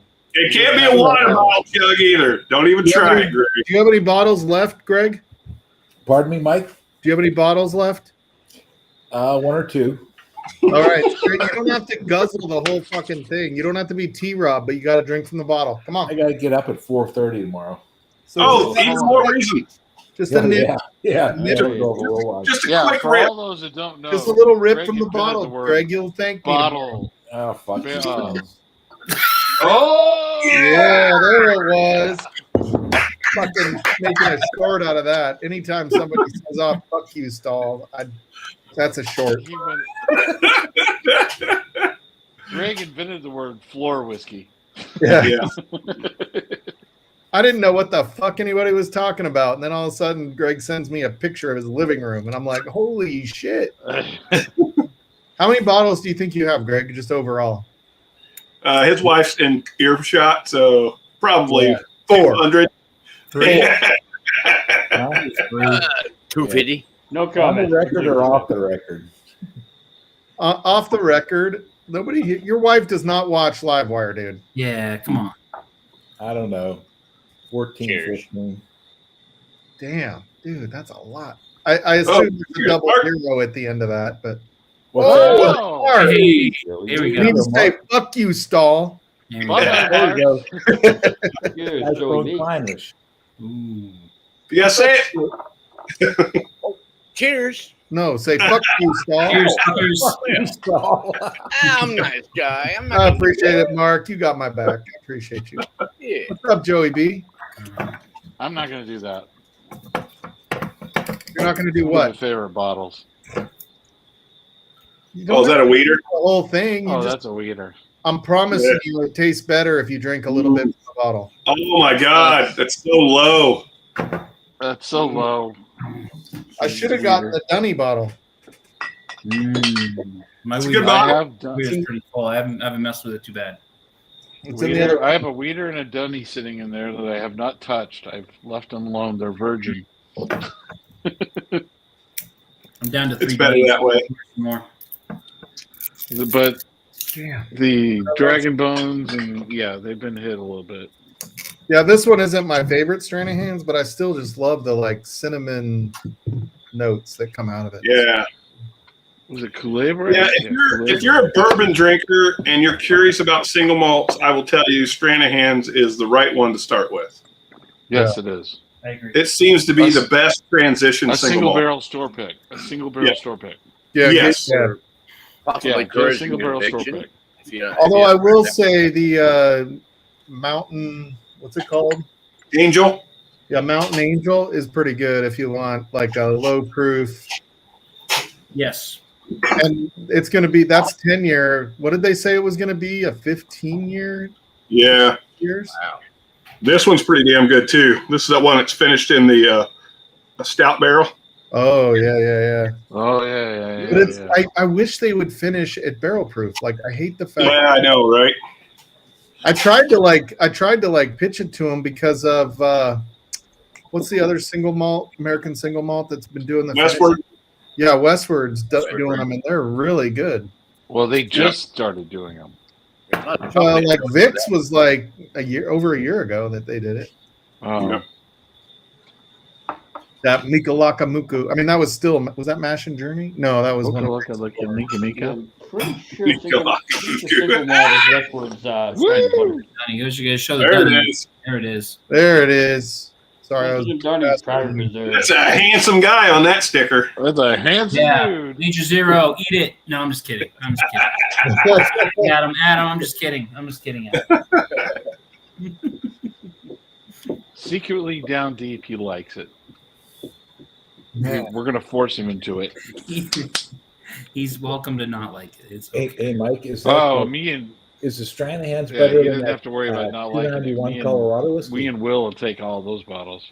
You know, I really the one 291 I really like is the maple syrup one. I don't know if everybody's had that one, but it's. I brought that one to Shane's. He still hasn't drank it. Yeah, give that one a try. I drank it one time. Yeah, it's you good. one I time. like that one a lot. Come on, Greg, you're better than The that. band camp. Cheers, John Cloud. I've got that one, and then I had 2 turd bottles from the first Flame Ring that are still here. The other one was the 17-year 3-chord that Marty brought. It's all Dickel.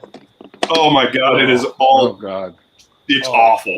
Marty was so proud. Like, I felt bad for Marty. We were kind of hard on him about it. Yeah, I did too. but yeah, it was. I mean, It was like bad. anytime you spend that much on Dickel, kind of like that, Widow Jane 20-year. Like, you shouldn't spend that much. Dickel's good if you're gonna buy like, the $50 bottle and. I like you the have blue it. label. I like the blue one. Yeah. That one's the one I like. That's the one that I really like. But if you're spending over $100 on anything Dickel, like No. I got that you're reaching. Leopold Brothers Dickel collab. Oh God, you didn't buy it. You're the Yeah. one that bought that? I got it. I got it way discounted, so I was happy. Did you try to You're the one. I got it for $70, so I was happy. I bought the 3. Well, my wife bought me the 3-chamber rye for like Father's Day or my birthday or something like Oh that. yeah. It was Does she one of hate my you or something? movies of all time. Does she fucking hate you or something, Mike? Oh my God! I was like, dude, this tastes like the sourdough dough that like Yeah. what they call it that they keep forever and it just lasts like. It tasted like that. It tasted like freaking Dang. Starter, yeah, starter. It tasted like Oh. freaking starter. Oh, It was a rye. oh yeah. It was Oh. supposed to be like they made this whole like he was even on Mash and Drum. No, he was on Fred Minnick's. And Fred Minnick, yeah, but Mash and Drum, like I hooked him up with Jason because Jason was like, I want to try it. I'm so excited about this. Zach Pettit, or no, who was it? That reminds me. What's his name in LA? The teacher, Tito. Tito, fucking loves 3-chamber rye, and so everybody was super excited about it. I hooked up Jason so that he could get samples of it, and then he brought him on to Mash and Drum. And he's like, I talked to Jason about it afterwards, and he's like, dude, I was like trying to be nice, but it was so gross. It wasn't good. It's more of a tradition, right? Like it was just a homage towards a traditional way of the way they used to. Yeah, the 3-chamber still, yeah. It goes into the top chamber, then it gets stilled up to the next chamber, and I think they spent a fucking ton of money at Vendome to get that thing fucking built too. Yeah, they did. You know, that's why they were like leasing it out to Dickel to do that collab. We got to do something. We got to do something to pay this shit off because that freaking 3-chamber rye is just sitting on the shelf at $350. Yeah, it was like $350. It's one of the most expensive bottles I've ever bought. Yeah, it was not a cheap bottle. But speaking of Fred Minnick, I came across a recent video of his where he was talking with Derek Trucks of the Tedeschi Trucks band. Apparently, he's got a Johnny, you poor bastard. I just threw up in my mouth. Hang on a minute. Plenty left if someone needs it. Anybody want samples? Nope. I'll send you the whole bottle. Sorry, Jim. Go ahead. Sorry. So Fred Minnick was talking to Derek Trucks of the Tedeschi Trucks band. I guess he's got a new bourbon brand coming out, APS whiskey, which apparently stands for ass pocket whiskey. It's these little flask bottles that you can stick in your ass pocket. And I'm like, that is the worst branding I have ever heard. I'm pretty sure an ass pocket is a prison term. Listen, that's literally what the APS stands for. That dude lives in Jacksonville, Florida. He lives in Jacksonville, Florida. There is no surprise to me at all that would be the name he would come up with. Not at all. I'll be honest. Fred Minnick, in person, I'm sure. I do not trust Fred Minnick's palate at all anymore. I feel like it's a sold out palette between like. I appreciate that he's way more successful than Livewire would ever dream of being. Not trying to say anything nearly like he knows how to do the game, but I just like when he's what was it the Jack Daniel's 100 proofer was like his whiskey of the year. I'm like, are you fucking kidding me? Was it the Sour Mash or was it the Bottled and Bond? It's a Bottled and Bond. Yeah, and I was just like, dude, I do not believe you. I don't know who paid you to say that, but no way. Yeah. My thing is this: as a guy who drinks a lot, 100 whiskeys in like 2 days, whatever when he does his top 100 thing is, there's no way his palate is feasible. Like it's straight fucked. Yeah. And don't get me wrong, like he's a fucking boss. Like sending was it Lucius he sent that fucking $25,000 bottle to, and he's like eating chili and drinking the whiskey at the same time and shit. Yeah. I'm like, that was a baller move sending that bottle to Ludacris. Oh yeah. Yeah, when Fred's palate's pulling the train. Yeah. F your train. Yeah. Oh God, yeah. But God bless him for being way more successful than Livewire could dream of being. God bless him for wearing an ascot. Yeah, you know? Hey, like, dude, he pulled it off. He pulls it off. He pulled it fucking off. It's like Greg and that Mumu. And look, there's no surprise he went and started learning MMA or jiu-jitsu. Yeah. Because if you're going to wear an ascot, you better be prepared to defend yourself. I'm just saying.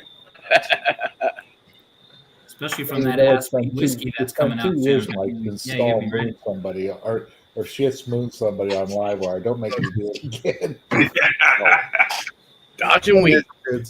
We're doing so Shits and Proman are coming out, and Adriana and Roxanne I don't want to ignore Roxanne because I love her. But they're coming out not next weekend, but the weekend after. We're going to do some drunken reviews, so just be ready. Nice. Ask Oh, by the way, Mike, I love your shirt. Oh, thanks. Just wishing no Make sure you got somebody to run your camera for you, Mike. Yeah. Just in case y'all thought I made it up, ask Pocket Whiskey. You're not wrong, Jim. $50 for a 200 ml bottle on the website. Love it. Hey, man. Why don't you pass me that ass pocket? I need to pull me a rip. And it's sold out. No less. I need to get a seat of that ass pocket. Where's Christopher Walken? I think I'll go. His great grandfather hid this bottle up his ass for 3 years. That reminds me, I got to text Chris because it's supposed to be me and Amy Bohm versus HBR team. Oh. In a battle coming up. Good. I'm gonna say my money's on Amy and you. Yeah, Amy's gonna crush it. Oh yeah. Yeah. Don't underestimate Amy Bone's palate. Oh no. I'm pretty sure. Hey, do you still have that little bottle, Shane, with the fucking? Women have the best palates. palates. The fucking sore throat. Compared to us. Oh yeah. Oh no. I think I gave that away to somebody. That Boston, whatever the fuck it was. Yeah, it was like a little 200 milliliter with like a fucking lemon in it. It's supposed to be for like if you got a sore throat and shit like that. Roger, you're muted. Hey, what happened? I don't know what happened. Jim kicked I him. think Jim muted me. Jim time warped. Split. Time warped me. No, I'm just joking. No, get rid of that one. Kentucky Tavern. This is. I don't want good that. ass pocket. What's that one in here? Hey, am I Jim, you got two going there, buddy. Am I Paul Lynn? All right, y'all. I'm gonna go hang out with Frankie. I'm gone all week, so I'm gonna let these two yahoos and all of you guys, run Livewire for the rest of the night. But love you guys. See you guys next week. All right. Hey, see you. I'm not gonna hit that. It's tempting to hit that end stream when you're trying to leave. Don't do that. Don't you do it. Don't do that. Don't do that. It's tempting. Just close the page. Just close it. Close the tab. All right. See you guys. Trip, Mike. Love you, Mike. All right, Mike. We'll see you later, brother. Here's Keith. God, I'm glad that guy's fucking gone. Oh. Oh, hey. Now we can talk about it. Well, look at the subscribers going up now that he left. And, Holy shit. We doubled subscribers. crap. Right. Wow. I love it. The secret to our success. Well, it's all because of Dummy. Right. Jim, what are you doing, man? Right. There's two of them. There's one of them. There's none of them. Hey, he's back. Yeah. You know, I use this saying when it comes to whiskey. One is none, two is one. And if you know, you know. Done. Yep. Nope, that was one. What the fuck? Jim, I gotta hang out give here it for a second. over here, brother. I'm trying to figure out why I'm both on stream and in the queue. Hey, Jim, you trying to reenact your first stream? Do you have another tab open? Oh yeah. Well, we found out real quick. Yep, he Down did. to Major Tom. See, oh look, he got rid of it, so he must have closed it. Nice. Whoops. He's invisible. Oh my gosh. He's I don't know how I back. ended up with Hey, two he's tabs back. open, but There you better go. now. And there's no echo. Sorry about that, everybody. Welcome to Another topic I want to talk about. Well, I got 10 minutes left because I think I want to shut it down around. I don't know, James. You want to keep it going? You can, but I'm thinking 2 hours is long enough for this shit. So. Oh, yeah. But anyway, hey, so look, the whiskey market's changing, right? Prices are doing weird shit. Allocations are changing. Whiskey channels there's a lot of activity going on in whiskey channels, right? There's a lot of posturing and positioning. And look, most of all, what Livewire stands for, and what I support 100% is community and making sure that we're sharing whiskey with one another, not because it's the whiskey, but because it's with one another. Yeah. And there's not a whole lot of room for hate. And in fact, I'd say there's no room for hate. And we got a crazy day coming up to us next week, right? Tuesdays is going to be a tough day for this country either way. But just know that, hey, we're all brothers and sisters. And when it comes to this type of platform, we're here to love on one another and just share good whiskey and good stories. So keep that in mind. I agree. Amen. Amen. Somebody give me a hell yeah. Hell yeah. Hell yeah. Now appearing on live on year's- stage number 1. This The has been the lovely weirdest year Steve. I've ever seen. I mean, for me, because I'm kind of Oh. new. You know, I'm really new. So, about 4 years. Yeah. So I've never seen the things I've seen. I mean, I walk into a store and there's Booker's on the shelf. I mean, I just see the Whiskey Channels doing crazy things. I mean, I've never seen this. Yeah, it's getting weird, man. People are turning on each other, and it's ugly. It's been going on for a while. I kind of expected it. I knew it was coming for some, but look, if you are just so torn up about things that you got to be bitter and snap and tear people down, Yeah. man, I don't want that for you. I don't want that for anybody. Like you need to be happy. Like we're all here just to have a good time. Everybody, I can tell you from my heart, that's why I'm here. And I just want that for everybody. I want you guys sharing your bottles with your friends, and I want you guys exploring each other's lives and being a part of one another's lives. And if I happen to be a part of it, that's great. I'm excited to do it. But if not, that's fine too. But connect with somebody, right? Yeah. And let's get out of this division shit. I'm over it, man. I'm straight over it. This political cycle, everything else, I'm just over it. It's awful. It's not doing anybody any good. Well, no, Nope. not to get political at all, but the red or the blue versus everybody. Fuck all that bullshit. If I do go vote, I'm gonna go vote Green Party all the way. Don't care. What? And look, I'm a father of 8 adults, and I will tell you my message to my kids is this: go vote. I don't tell them which way to vote, but I tell them to vote. Same. Yeah. Because you want to, and right. And buy gold. whatever you And decide is what you decide. And buy some real commodities. Yes. Yeah. Yes. If I could tell somebody how to vote, fuck both the major parties. They both suck. They ain't done shit for us in years. Yeah. So, Josh Fritz. Check this out, y'all. look at that one from 1982. Oh yeah, there we go. Damn. 1982 Kentucky Tavern. Nice. Nice. I bet it's some decent ass whiskey right there. That would be the people that do know. Adam Major Zero. That was his dad's favorite whiskey. Oh wow. Nice. Nice. I don't Cheers. have Tavern. But I do have a Kentucky Gentleman from 1974. I'm gonna break Exactly. out my Mr. Kentucky Ross. Tavern, my little That's why I like it. bottle, and I'll have a little me a Kentucky Tavern. See, that's why I look for those like oddball Shane on them auction sites because nobody pays attention to that shit. Oh, They're going awesome. for all Yeah, the- but they have some of them have a history to you.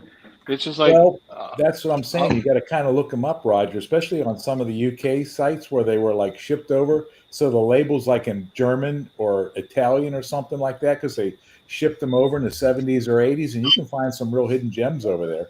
Exactly. Heck yeah. There you go, Whoa. Japanese. Japanese.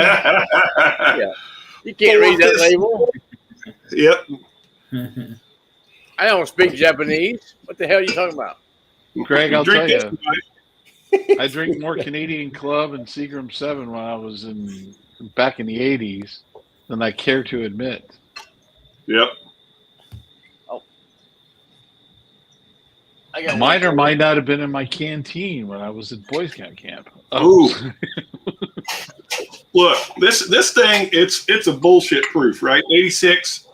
There you ain't go, none of Roger. us going day 6. But I will tell you what, at 50 years old, this is a damn good whiskey. Oh, there you Check go. this one out, Roger. Here we There go. you go. Oh, there we go. There we Yeah. go. Look at the date. Come on. Come on. Oh, pull where up. is it? Where is it? Is it 1963? Ooh. Oh, wow. Oh, wow. You know, not quite that old, Mark, but I've seen some of those on the sites too, the old Canadian shit like that, you know? And what's the proof on that, Mark? It's on like an Okay. 84? Yeah. 84. They 86.8. weren't that high. So with 86.8. that Seagram's, is that like the old MGP? No, No. that's Canadian. Yep. Okay. It's all But Canadian. didn't they own MGP at one point or something? Yeah, like that? they did. Well, that's the Seagram's plant, but they didn't do Seagram's Canadian whiskey there. Okay. No. They just bought that plant, which used to be called LVL. Mm. Well, what's your tasting notes, Mark? How is it? It's really nice. And that's all it takes. That's the best tasting notes you could give. It's really nice. This I like really does. There's a lot of how peach in long has the it been sitting in that Kentucky fucking Tavern. bottle? 60 years? Just like everybody says. What is it, like 50 some odd years old? No, you said it. Didn't you say it was bottled in the 60s? 63. Yeah, 61 years. Yeah. My math's right. 80 proof of Kentucky Tavern. It tastes like peach.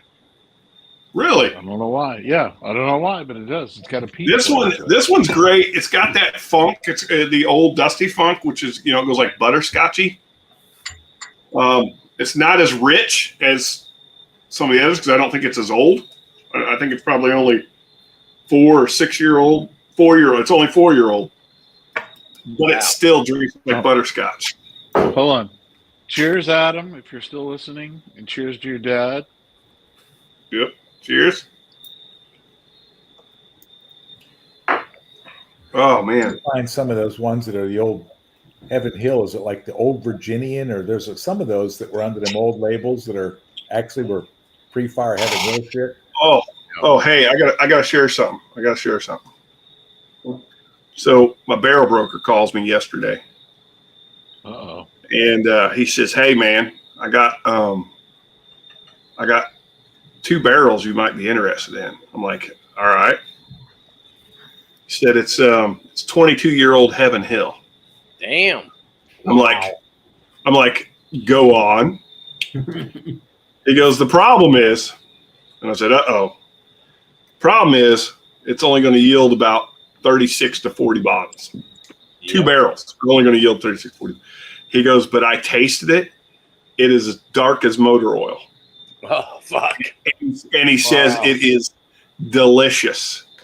I'm like, oh, keep talking to me. And I go, okay, how much are these barrels? Right, that's the rubber meets the road conversation. How much is these barrels? He goes, well, they're asking $14,000 a barrel. I'm like, $14,000 Wow. for 15 to 20 bottles? He's like, yep. So I'm like, oh my gosh. So I let the guys know that are in my group, and one of the guys is like, I'm in. I want them. Jesus. But 22-year-old Heaven Hill, man. So there is a small chance, because I went back to him and I said, look, I won't pay $14,000, but I'll pay a different amount. I gave him the different amount, and we'll see if they come back and agree. We may have what will end up being probably about 20 to 24 bottles available for people that may or might be interested. 22-year-old Heaven Hill bourbon. So what would the Angel share on that be? Okay. Oh shit, yeah. dude! It's gonna be ridiculous. And for it to be as dark as it is, that thing just rude down, man. It just, Because if you look at the Stags, and I don't know what they're getting out of that, but when they put the white paper out every year, they've got an Angel share rate of like 74 to 76, 77% on those. So this is probably 85% Angel share rate. it's up there.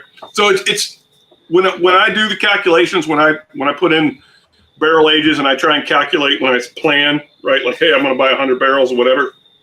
The rate that that you plan on is 4.1% per year.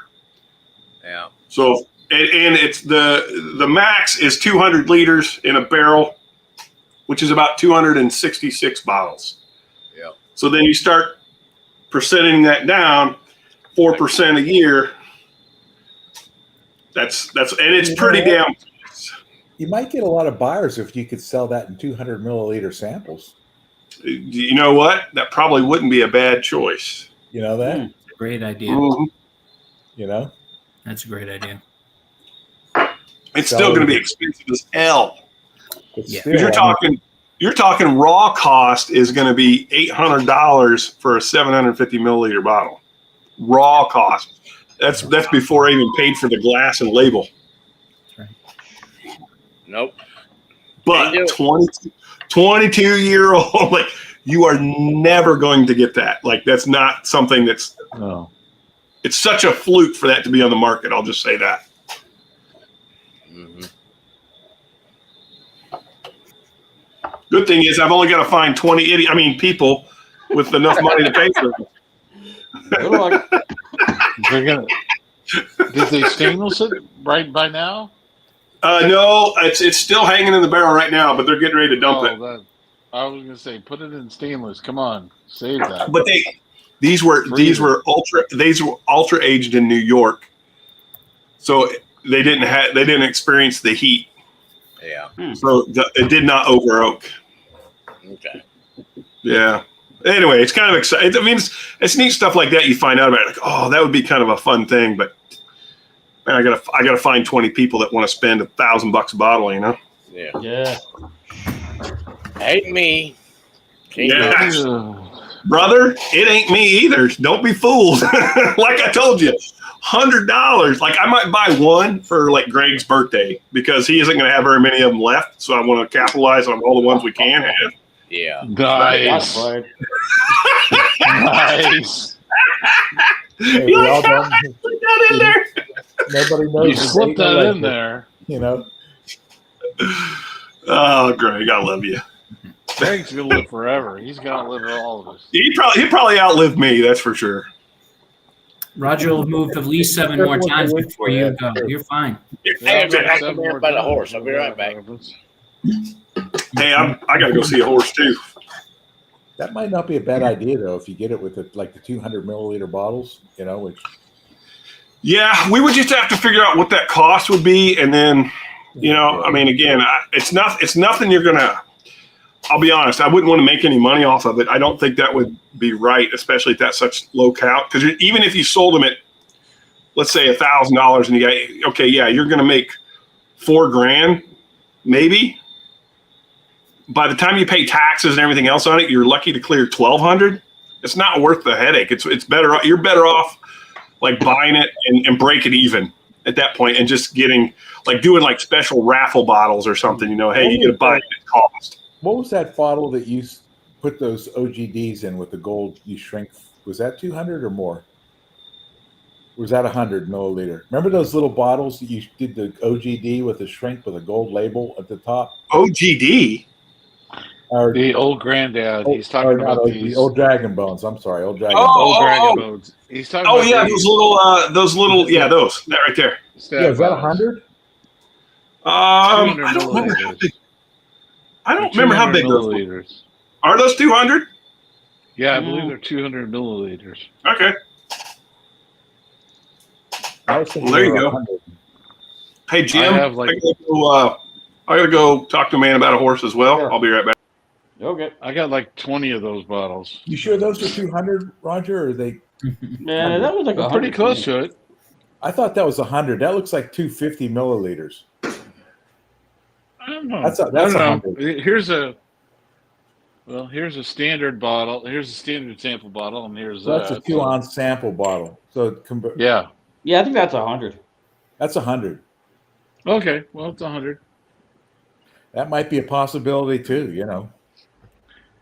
Yeah, I got a whole bunch of those too. So I'm doing my old granddad double oak that we're doing project right now. Somebody. We bought some barrels, new white pine barrels or white oak barrels down in Hot Springs, and we did a double oaked. Let's see, double oaked Old Granddad. I've done that. I've got that. I got that aging upstairs, and then we've got the double oaked. Shit, what is it? I can't remember now, but we've got those going, and we're producing those for our group. We already got those sold. Gotta have some fun with it, you know. I got the labels for the Old Granddad. I'll go grab one of those and show it to you. Whoa. Mm.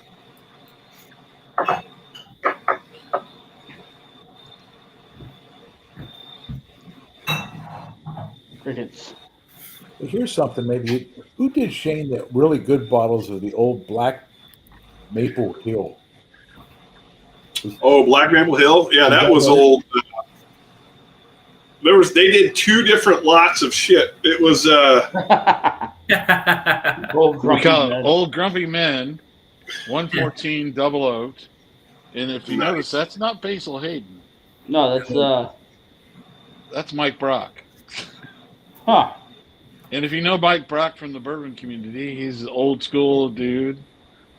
And me and my wife are listed as a master blender and the assistant master blender. Huh. Cool. So we got a barrel going in the garage with that. Nice. We got it's fun. You just gotta have fun with it, you know? Dude, absolutely. We showed it to Mike last night, and he loved it. I think that old Black Maple Hill stuff was, I think it was Beam, the original wax top bottles. Yeah, I was just looking at one of those. I think it was Beam. It was either Beam or Heaven Hill, but I'm thinking it was Beam for some reason. Somebody on Unicorn last month dropped $7,000 on a 21-year-old one of those fucking things. Yeah, dude. I wonder what the proof on that fucker was. Donnie, I'm so glad you're on here, buddy. Been so long. I know. It hasn't. How's the marathon life treating you? It's going well. Yeah. All your joints are holding up? Yeah. Dude, that's awesome. Congratulations to you on that. So how many you got under your belt now? I got 4 half marathons under my belt. And nice. I haven't done a full yet. And when are you doing the Ironman? I'm not doing an Ironman. No. Hey, you do an Ironman. If you make it to Kona, I will come and cheer you on. Okay. Yeah. No, that could be a possibility. I don't know. I just did my best 10K ever though last weekend. So yeah. Cheers. Yeah, my best. Best one I've ever done, and beat my time from like 11 years ago. So I'm definitely getting faster because when you get older, you just get faster. I guess I don't know. Yeah. But, you know, actually, a lot less drinking this has been a big factor in it. Yeah. I'm down to about 1 day a week at this point. So I'm splurging tonight, awesome. You boys. Splurging tonight. So well, thank you. Yeah. I'll be honest. I'm the same way. I've talked to a lot of people even recently. I explained to them, I'm like, look, I just don't drink alone. I just don't do it. Yeah, that's part of it. If I'm not hanging out with people, that's right. Then I'm not drinking. So I have a poker group, and Thursday nights is when we drink, and so that's nice. when I have a drink. So yeah, I've got a nice poker group, and that's when we do it. And yeah, that's it. That's basically it. Thursday's my night, and that's it. Nice. So, yep. So yeah, it's been going well. I've been just like I said the other day, it's just time's flying by. So definitely want to do something together at some point, But I got one guy, he's a senior in high school, so spending a lot of time doing stuff with him. He's in the soccer playoffs right now in Colorado, so he won his first game. He's got 4 more to go to win the championship. They made it to the semifinals last year. This is his senior year last time, so he scored 2 goals last week, so that was awesome. So yeah, I'm just knee deep in that right now, and so yep. But I always carve out time from being dad to being Dunny, and so That's right. love That's right. love hanging out and being Dunny for sure. So I sent you a text. I don't want you to necessarily Gotcha. respond. What? Yeah. So, no, don't say anything. It's somewhat of a on the down low. All right, but let's connect. I'm gonna have to hang up. Okay. Let's connect on that. Perfect. Yeah. That sounds great. It's a bit of a surprise. I'll just say that. Excellent. I like surprises. So, Jim, what else you got going on, brother? Not a whole lot. Work. Well, actually, that's not true. I do have one thing in my back pocket. Wait. Your ass pocket? Oh, I walked into that. Fair enough. You walked right into it. Yeah.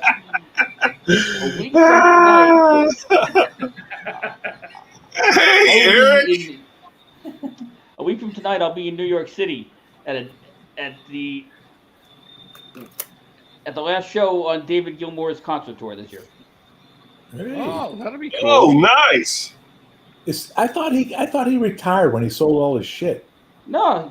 That happened. He did that for charity, didn't he? Didn't he do that to just raise a bunch of money for charity? Oh, you mean the guitars? Yeah, no, he didn't retire. His guitar had the record until Kurt Cobain's acoustic guitar broke his record. Okay. I think he sold his black. The guy that owns the Colts. Jim Irsay. Yeah, he collector, and he bought most of his good shit. Wow. Because he's got FU money, but I think his black Strat went for like over $3 million. Yeah, it went for quite a good chunk of change. And then it was the highest one. It even broke Clapton's Strat, which was the highest before that. And then Black Beauty. Yeah, and then Kurt Cobain's like acoustic. I think he had like I'm not sure who made it, but he had acoustic guitar. I don't know if it was a Martin or whatever, but they sold his that went for over $4 million or something like that. So which one do you own, Greg? What's that? Which one do you own, Greg? I don't know. For a guy who couldn't play one chord on a guitar, he knows a lot about guitars. I'll just tell you. I do know a lot about it. I just don't play it. But yeah, when he sold all his stuff, I thought he kind of hung it up. He didn't sell. He sold the vast majority of it. He didn't sell all of it, and no, he didn't retire. He just didn't want to have all that gear sitting around. It was a lot of money he could raise for charity. Yeah. But hey, real quick, I need to interrupt. I just got a text from Mike. I'm not going to go into any great detail, but there's a family member of his that was very close to his kids that just passed away, and they're pretty tore up. So I know he's been struggling. So if you could have him and his family in your thoughts tonight, that'd be great.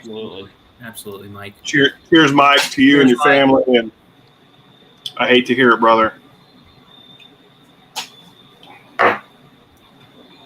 Anyway, sorry, I didn't mean to be a downer there, but I'm glad you mentioned it. Yeah. So Jim, enjoy that concert. That sounds like fun. Yeah, dude, that's going to be a blast. That's a bucket list concert for me. I've been trying to see him since he started touring again almost 20 years ago. Is his wife playing? Is she playing with him now or something like that? She doesn't play with him. She helps write the lyrics. His daughter is with him on this tour, though, doing backing vocals. That's great. I mean, she plays with him, just not on stage, Greg. Yeah, well, yeah. It was kind of weird. I saw an interview. I don't know if he still does. He used to live on like a fucking big canal boat. He does. Yeah, the Astoria. He still owns it. He's still there. Wow. Yeah. Wow. Hey, yeah, Josh. Jim. He's got a question for you there. You want to go ahead and get. I've been on with you, Jim, for what? An hour. 2 hours, and I didn't say one fucking thing about postal rates. So hey, credit where credit's due. All I can say is that we've been told that they're not going up again again in January. So it'll be a solid year of stable postal rates. Enjoy. When I hear my Pitney Bowes machine starting to recycle, I'm like, God damn it. Oh, God. Yep. Cheers, Tom Black. So how long does he play for, Jim? That should be pretty good. Was it a couple hours? Yeah. Something like 2 hours, 2.25. So he do like some of his solo stuff and some Pink Floyd stuff? Yeah, pretty much. He's gonna do probably a bunch of his solo stuff, and he's gonna mix in some Pink Floyd stuff. There are some songs he stated he will not play anymore, like Echoes for one. He won't play anymore because Rick Wright passed away, and that song was, Sure. pretty much he and Rick Wright back and forth. Without Rick Wright, you can't play it. And I know another one. I think he said he won't. Was it Money? That was one. Run Like Hell is another one. He explicitly said he won't play anymore. Yeah. I'll tell you what, if they have a 4K channel and they did that Pulse concert at that place in England. Yep. Oh, that's fucking incredible. Royal Albert Hall. There's the play. It's not. They tore it down wherever they played that concert was. I can't remember what the Leeds or something like that. I can't remember what it was. But they have a YouTube channel, and they took all that stuff. They rendered it up to 4K. Yeah. They remastered all the audio, and I think they got the whole concert on their YouTube page. If you get a chance, watch it. It's fucking incredible.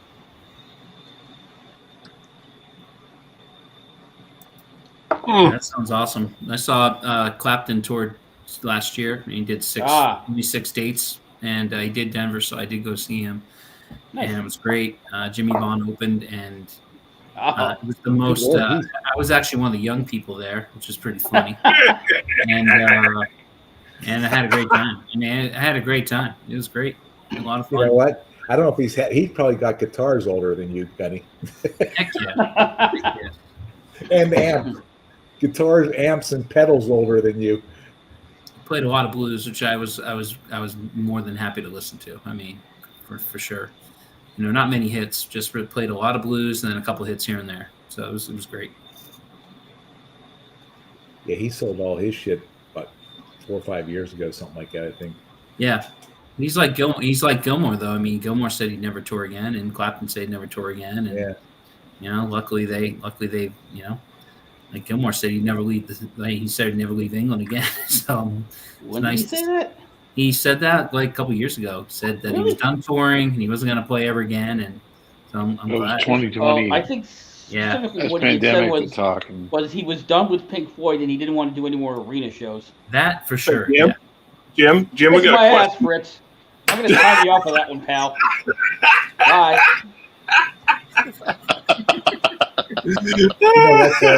60-second timeout. Kiss my ass. You know what? Insult the host. You get put in the focus. The fucking money's just too. The money's just too big. You can hardly say no. Yeah. When you're getting millions of dollars to do one show, those guys can make more in a fucking month than they did 5 years back in the 70s. When Taylor Swift can do a $2 billion tour, $2 billion with a B. What the is going on? Yeah, $2 billion. Feel like the old fucking Vince Lombardi. What the hell's going on out there? Yeah. And there's a guy who's he's a producer. I watch his YouTube channel. It's Rick Beto. He's produced a bunch of guys like Shinedown and like some of the newer bands. And anyway, he was talking about if you look at the Spotify 100, there's like 2 bands on it. The bands are dying. The bands are. It's all about solo artists now, and it's very rare that you'll see a band on that list of top groups. Steven Tyler's awards gave out, right? He's done, right? Done. Tyler's done. Yeah. Well, shit, he's like 137. I know. He was going to play here. He was going to play Denver, but they canceled the tour. So yeah. I don't want to pick on somebody because they're not here to defend himself, but I saw him in a picture about 6 months ago, and it didn't even look like Steven Tyler. It looked like somebody doing an advertisement. Someone's grandma. It looked like an old lady doing an advertisement. An old lady. For the he looks like an old lady who has makeup on. He does. Yeah, he totally does. He had this like fucking I don't know what it was on, Bola kind of. Hey, Yes. I hate to that's say it, we'll all be bad, there at one point. We'll all be there sometime. Nice, Eric. Even Bullshit. Shane. No, I've seen ACDC. I'm going back to the woods, and I'm going to have my kids pull up sights on me and get it over with. I won't be that ugly. You know, the first concert Dragon I saw was Bones, baby, probably Dragon Bones. 74. It was fucking $6 or $7 to get in, festival seating. First in the door gets the best seat you want, you know. Dude, I remember bitching about a $35 ticket. No, 6 or Festival 7. seating. You can't even pay $35 for parking now. No, you can't. I want to know how much I paid for Gilmore. There was a couple guys that went to an art school in Pittsburgh, and they had all materials, and those guys were so good they could counterfeit tickets. There was no like laser scanning of them back then. It was all just handmade ticket on where the perforated where you ripped them off. Yeah, the old Ticketmaster tickets. Yeah, and those guys were so good, and they had all the materials there. They could counterfeit a fucking ticket, and you could hold them up to each other, and you couldn't tell the difference between them. Oh yeah. So who's going to Taylor Swift? Who? Taylor Swift. Who's going to see Taylor Swift? Hey, she got to get that $2 billion from somebody. Thank goodness I have boys. I get 2 boys. Wonderful. Don't have to live that life. Yeah, thank God. We had family members who went over to Amsterdam for the concert, and then it got canceled. Oh, that one. Yes. Oh man, that sucks, dude. Because they paid a shit ton for those tickets too. Well, I'll bet. Right. And then they paid a shit ton to go. Now, unfortunately, they get their ticket. Maybe they got it. I don't know how that works. I hope they got it. Not your plane tickets, not your hotel, not your food. But I don't know that they get their raw ticket price because I'm sure that was through a scalper. You know what I mean? Like, yeah, you don't get the full ticket price back because there's always some sort of excise tax. Yeah, the tax never gets returned. Oh yeah, you're gonna. God, that sucks, man. Yeah, I do. I remember. I also remember like speed dialing. Like, they go on sale at noon. You got to call in and you get them. And you're like, and busy, and you finally get in. No, it's sold all out. on the line. Have to show up early for the ticket bastard queue. Yeah. Oh yeah. Taylor Swift tickets and birthday bourbon. People pounding. What was the group? The 5 boys that were playing together. My wife went and got the tickets for my daughter. One of them just passed away. Oh, One Direction. One Direction. Boy, yeah, man. and she got her tickets for it. She ended up going to the concert, and she couldn't stand listening just because all the girls, kids. So she went out in the parents' room, and I'm like, "So you paid for a ticket and sit out in the parents' room and didn't?" Okay, whatever. One Erection. Yeah, you got that right. The daughter was correct. The daughter was happy. That was all that mattered. Yes. Dude, one of the worst concerts I ever went to, and it was actually good quality production, but it was the worst live concert I ever went to, was fucking Alanis Morissette. It was basically the CD.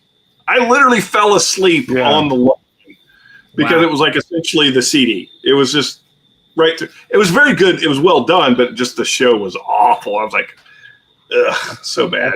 I thought you were going to say Milli Vanilli. No,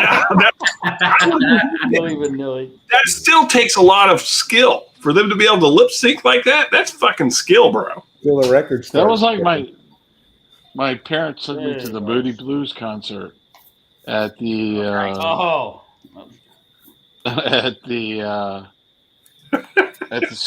Southern Illinois University. They had a concert series, and I didn't realize at the time that I had a contact high, but apparently I did. Bro, everybody in the crowd had a contact. Back in the old days, when the house lights went up between the first show and the second show, it looked like the fog rolling in on San Francisco Bay. You could not see on the other side of the. Yeah, well, this is all outdoors. This is an outdoor amphitheater at the university, and it was like the smoke rolled uphill. They had fans blowing. It was great. I thought it was smoke from the film, Well, hey, we're at 2.5 hours. Let's take this thing private. Any of you guys want to jump in and hang out with us? The link's up top. Yep. We're gonna shut down YouTube. I'm probably gonna go for about another half hour or so. Yeah, I gotta get up early, so I'm good for about another 20 or 30 minutes. So, but hey, thanks a lot, you guys, for coming and hanging out. Continue to support Livewire. This is what we need more of in our community, right? A common Community space rescue. together. Yep, where we can really hang out and just have fun with one another. So, love you all. Thanks again. Raise your glass. Have a great night and a great week. And don't forget to vote on Tuesday if you haven't voted already. Vote. With that, cheers. Hasta la vista. Cheers. Cheers.